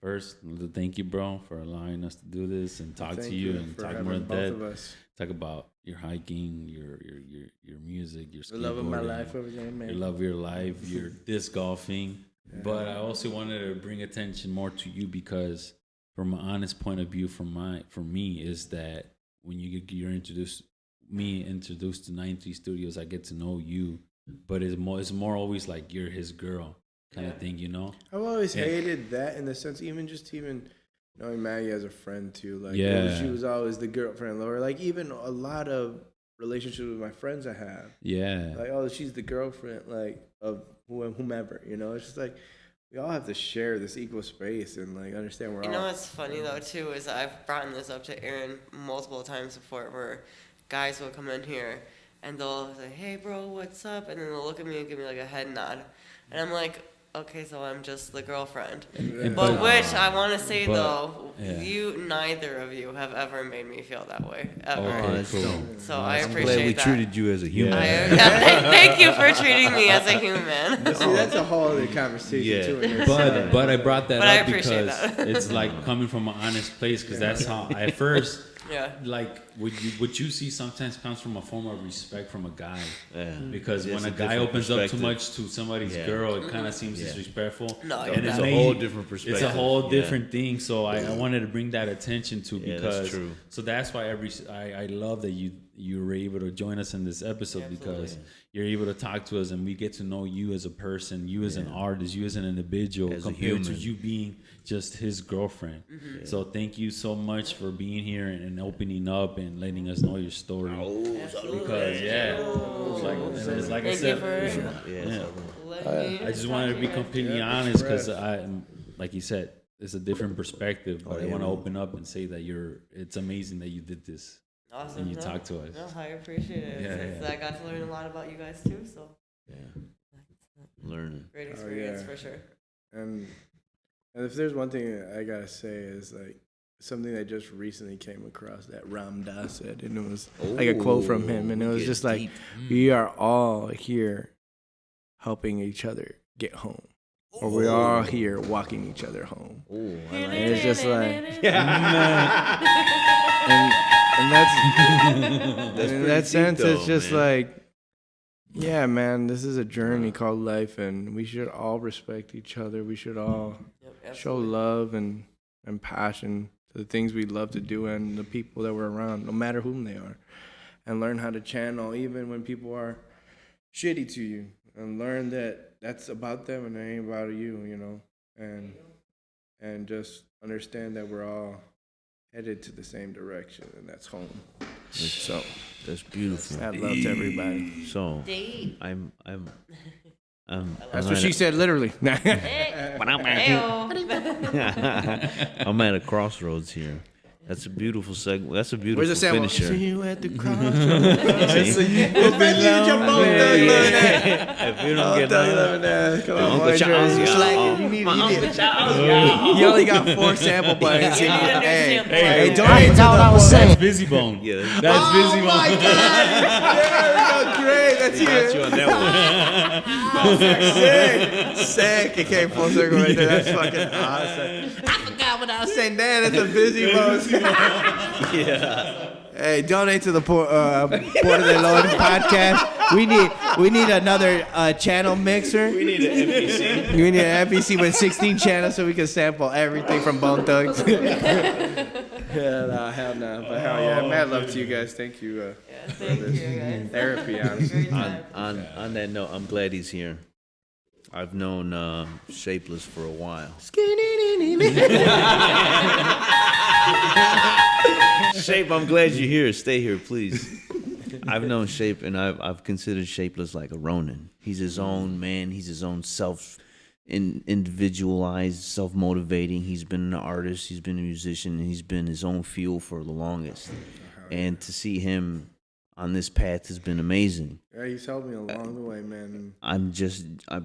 You guys built a brotherhood. Oh yeah, man. And I'm I talked to Voyager about this, and I'm like, man, I'm so glad you guys developed not just the friendship, but from my perspective, like a brotherhood, where you can actually, like a brother can not cross those lines, but can give you the constructive criticism, where you're coming from a place of love, where I don't mean to hurt your feelings, but what if you do this, or to calm down, or this, anything, like a brother, like like on all fields, just.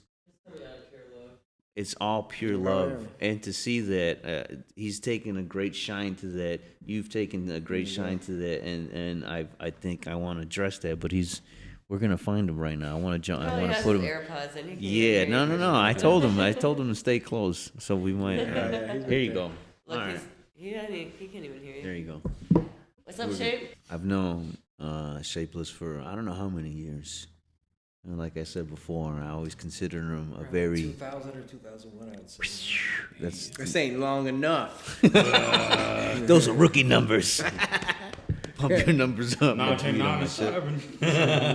So as I said before, watching his journey, watching his journey from my perspective has been amazing, and he's always been self-sufficient. He really doesn't need anyone, but when he came across you, the vibes meshed very well, and it was like a brotherhood. It's been a good. I don't know. I don't know how to know what really kept like the bond together, and it's very simple. It's just I listened. I listened to his advice and I applied it. I listened to everything he was doing, or watched everything he was doing, and I just applied it. He showed me the skills or the ticket to do some shit, and I did it. Like everyone else would be like, "The fuck you saying?" No, yeah, none of that had to do with me, but what you said. It's just like some of the other motherfuckers would be like, "Ah, nah, you're talking out your ass." I was like, "All right, I'm listening to you, bro." Dude, Cortez been doing Cortez. It's just dope, man. No, but I'm heavily influenced by him, man. I learned work ethic from him. Maggie too. Maggie's only been Maggie every day I've ever known her. I've definitely. Maggie's only been. It's been a heavy influence on me for sure. Heavy influence in a positive sense. and understanding and learning how to really navigate through these crazy ideas that sometimes you can't even talk about. So it's dope, man. I think to me, like, He's been a great friend, a great he's been brother like to me, a for great sure. balance That's to beautiful. this place from his perspective and shit. Shapeless is a very passionate individual. Coming from where we come from, it's if you speak the mind, you're passionate, and it's coming from the heart. And I respect people like that because you're speaking from the truth. You're hey, for whatever reason, this is my expression. All right, as an artist, that's your expression. We should take that. All right, let's listen to the man. You know, usually comes from a place of knowledge and experience, and okay, we should listen. Like you said, we should listen. You listen. We listen. You listen to this man. All right, when you listen to him, we learn. Instead of immediately, no. Always passionate, always leading with his heart. It always comes from a good intention. And if you come wrong, he's gonna let you know. He's gonna let you know, man, we don't do that here. We're not this. That's not the vibe. You know, it's good because, like, for me and my sense of putting myself in that shoes, it's hard for me to do that. It's hard for me to, like, because I would try to see the good in everybody, you know. Even motherfucker talk shit to my face, but somehow, for some reason, I'll still play that bitch role or the more positive role. Like, it's fine. But then it's just like, how long are you gonna take the abuse? And like, learning from Matt is just like, no, you gotta put the fucking line there and just gotta understand. Like, no, we cultivate this reality. Yeah. It's an understanding if it happens, but it doesn't have to always happen. You can change that. You can adjust the variables, adjust the scenario. Don't put yourself at those certain gatherings with these certain people. Don't maybe do this or this to put yourself in that situation to feel these ways. So learning from that, from me, just receiving a lot of information and ideals from him. So yeah, it's helped me along the way to navigate through the chaos. I want to know how you guys. I want to know how you guys first met. I